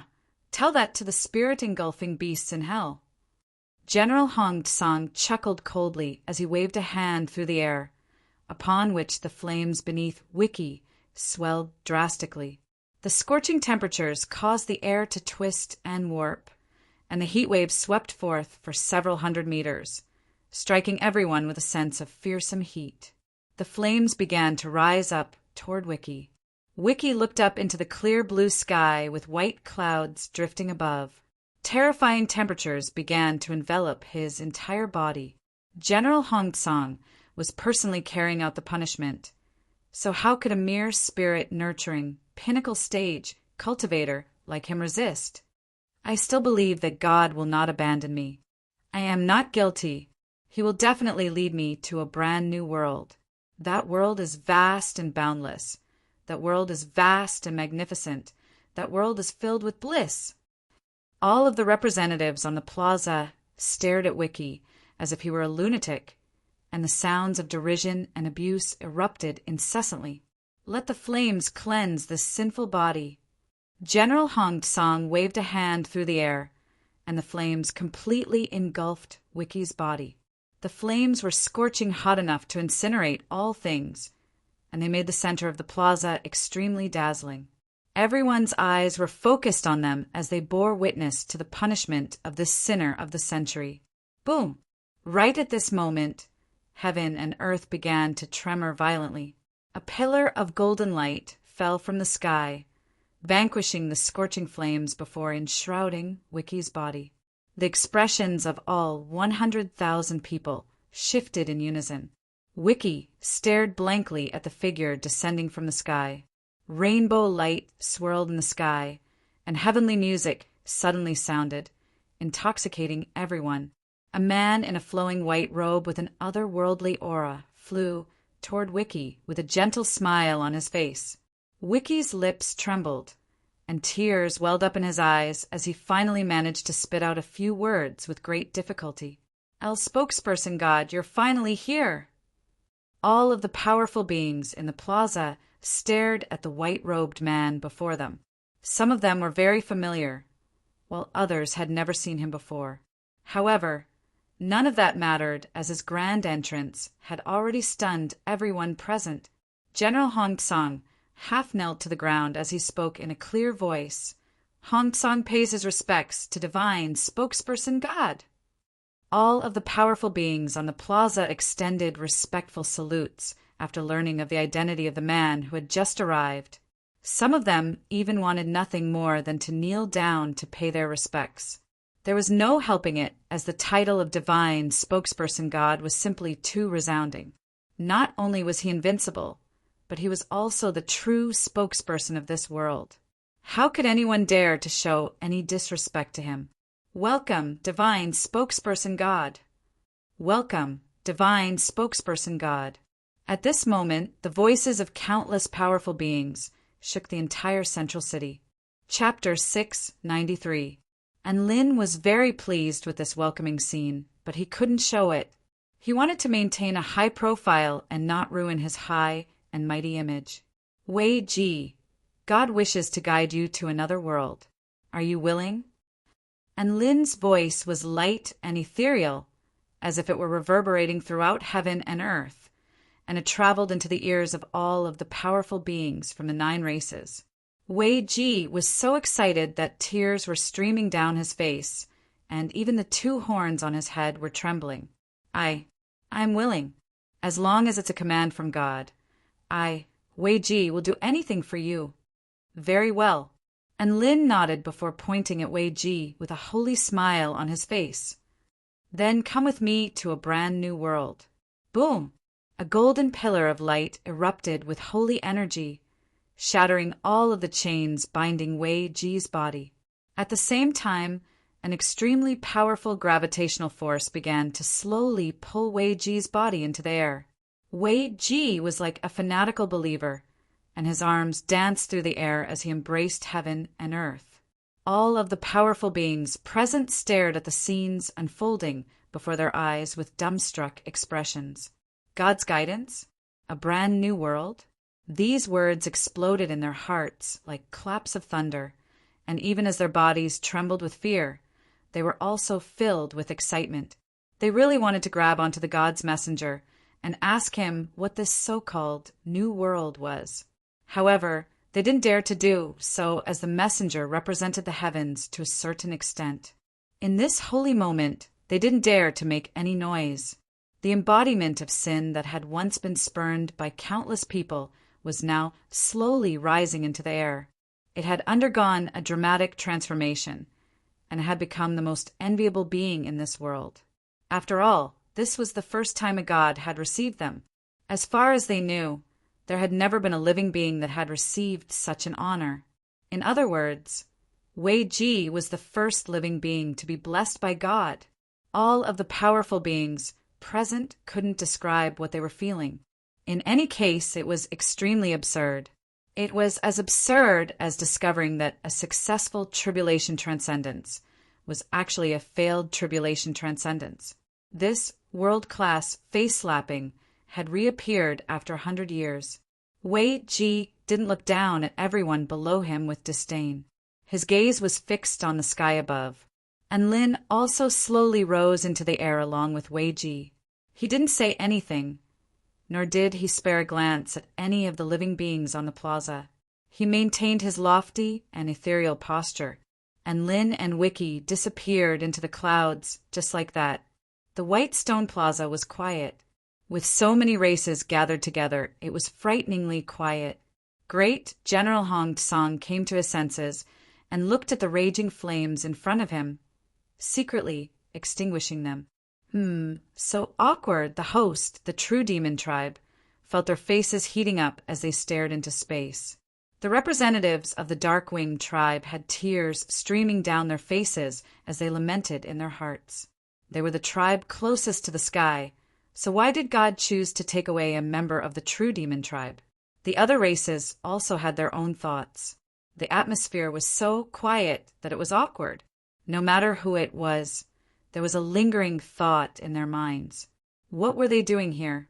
They were supposed to be there to witness the judgment of the sinner of the century, Wiki, but in the end, it became a live broadcast of the God of creation welcoming Wiki? So should they applaud now? Ahem, this is the second time a miracle has descended. Great General Hong Tsang cleared his throat before continuing. We were fortunate enough to witness a miracle and learn of the existence of a new world. This is perhaps the most worthy of celebration. Our true demon tribe will be holding a grand banquet tonight to welcome all of our friends from afar to drink to our heart's content. Clap, clap, clap, clap, clap, clap. Raucous applause erupted on the plaza. Regardless of whether Hong Tsang's speech was good or not, everyone was just going to applaud first. That way, everyone wouldn't feel so awkward at the same time after Wiki's ascension. He arrived in a vast expanse of white space. There was a ball of white light hovering in the air within this space. Aside from that, there was an impeccably perfect woman standing beside spokesperson and Lin. She was so beautiful and holy that Wiki didn't even dare to harbor a single shred of blasphemy toward her. Not only that, but Wiki could also sense a paramount aura emanating from her body. That aura combined with heaven and earth, and he instinctively chose to submit to the woman before him. In fact, he had a feeling that if the woman told him to die, he would immediately end his own life without any hesitation. I am a god. Welcome to the Chief God space, Tina said with a faint smile. Thump. Wiki immediately knelt down as his body trembled with excitement. Wiki pays his respects to the mighty goddess. Tina's face convulsed slightly. Wasn't this B** starred a little too decisive? Could it be that her aura was already this powerful? In order to appear more approachable and approachable, she had already tried very hard to conceal her aura. All right, spokesperson and Lin will explain everything to you from now on. Tina left behind the sentence before disappearing into specks of light. Wiki's expression was extremely sincere, and he still extended a respectful salute even after Tina had disappeared. He then stood up and turned to Lin with excitement in his eyes. Please tell me what you need. spokesperson Enlin. A faint smile appeared on Enlin's face. Then let me tell you about the Chief God Space first. The Chief God Space is the transfer point between this world and the alternate world. The ball of light at the very center is the treasure core. You can battle in the alternate world and complete missions to earn merit points. Merit points can be exchanged for all types of high-rank cultivation methods and treasures, thereby further strengthening yourself. If you earn exceptional merit points, the Chief God will even bestow blessings upon you, granting you immeasurable benefits, and Lin spoke incessantly and Wiki listened with an extremely fervent expression. Soon, the introductions were complete, and Wiki was already itching for action. Next, God will teleport you to a new world. Its name is the Tai Chu continent.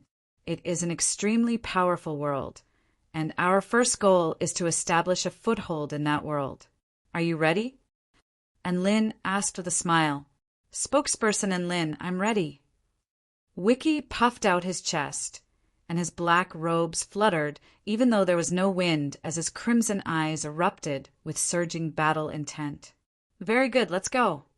And Lin snapped his fingers, and a white light enshrouded the two of them as the space around them began to warp. In the next instant, Wiki was struck by a sense of dizziness, and his eyes glazed over. When he regained his senses, he had already arrived in an unfamiliar environment. This was an intricately decorated wooden pavilion, and the rich, vital energy in the air made his entire body feel extremely comfortable. This is the alternate world. Wiki's eyes widened, and a faint blush appeared on his purplish-white skin. He was so excited. An extremely hideous monkey in a suit of black armor suddenly appeared in his field of vision. Wiki's expression turned pale with fright, and his legs almost gave out from under him. However, he was a true demon who had seen the world, and he had even seen a true god. So what was a freakishly ugly monkey to him? He would just have to slay it with his sword. It looked like this was the first obstacle in his journey to the alternate world. He quickly steadied his mind and decisively pulled out the long sword at his waist. He roared, "This ugly monkey looks like it's worth a fight." Slap. And Lin's reply was a slap to the head from Enlin. Fight my A*S. This monkey is also a member of the God's Envoy team, and his name is Xiao Cho. And Lin snapped. Wiki's body trembled upon hearing this, and he immediately knelt to the ground. Lowly Demon Wiki pays his respects to Big Brother Cho. Xiao Cho,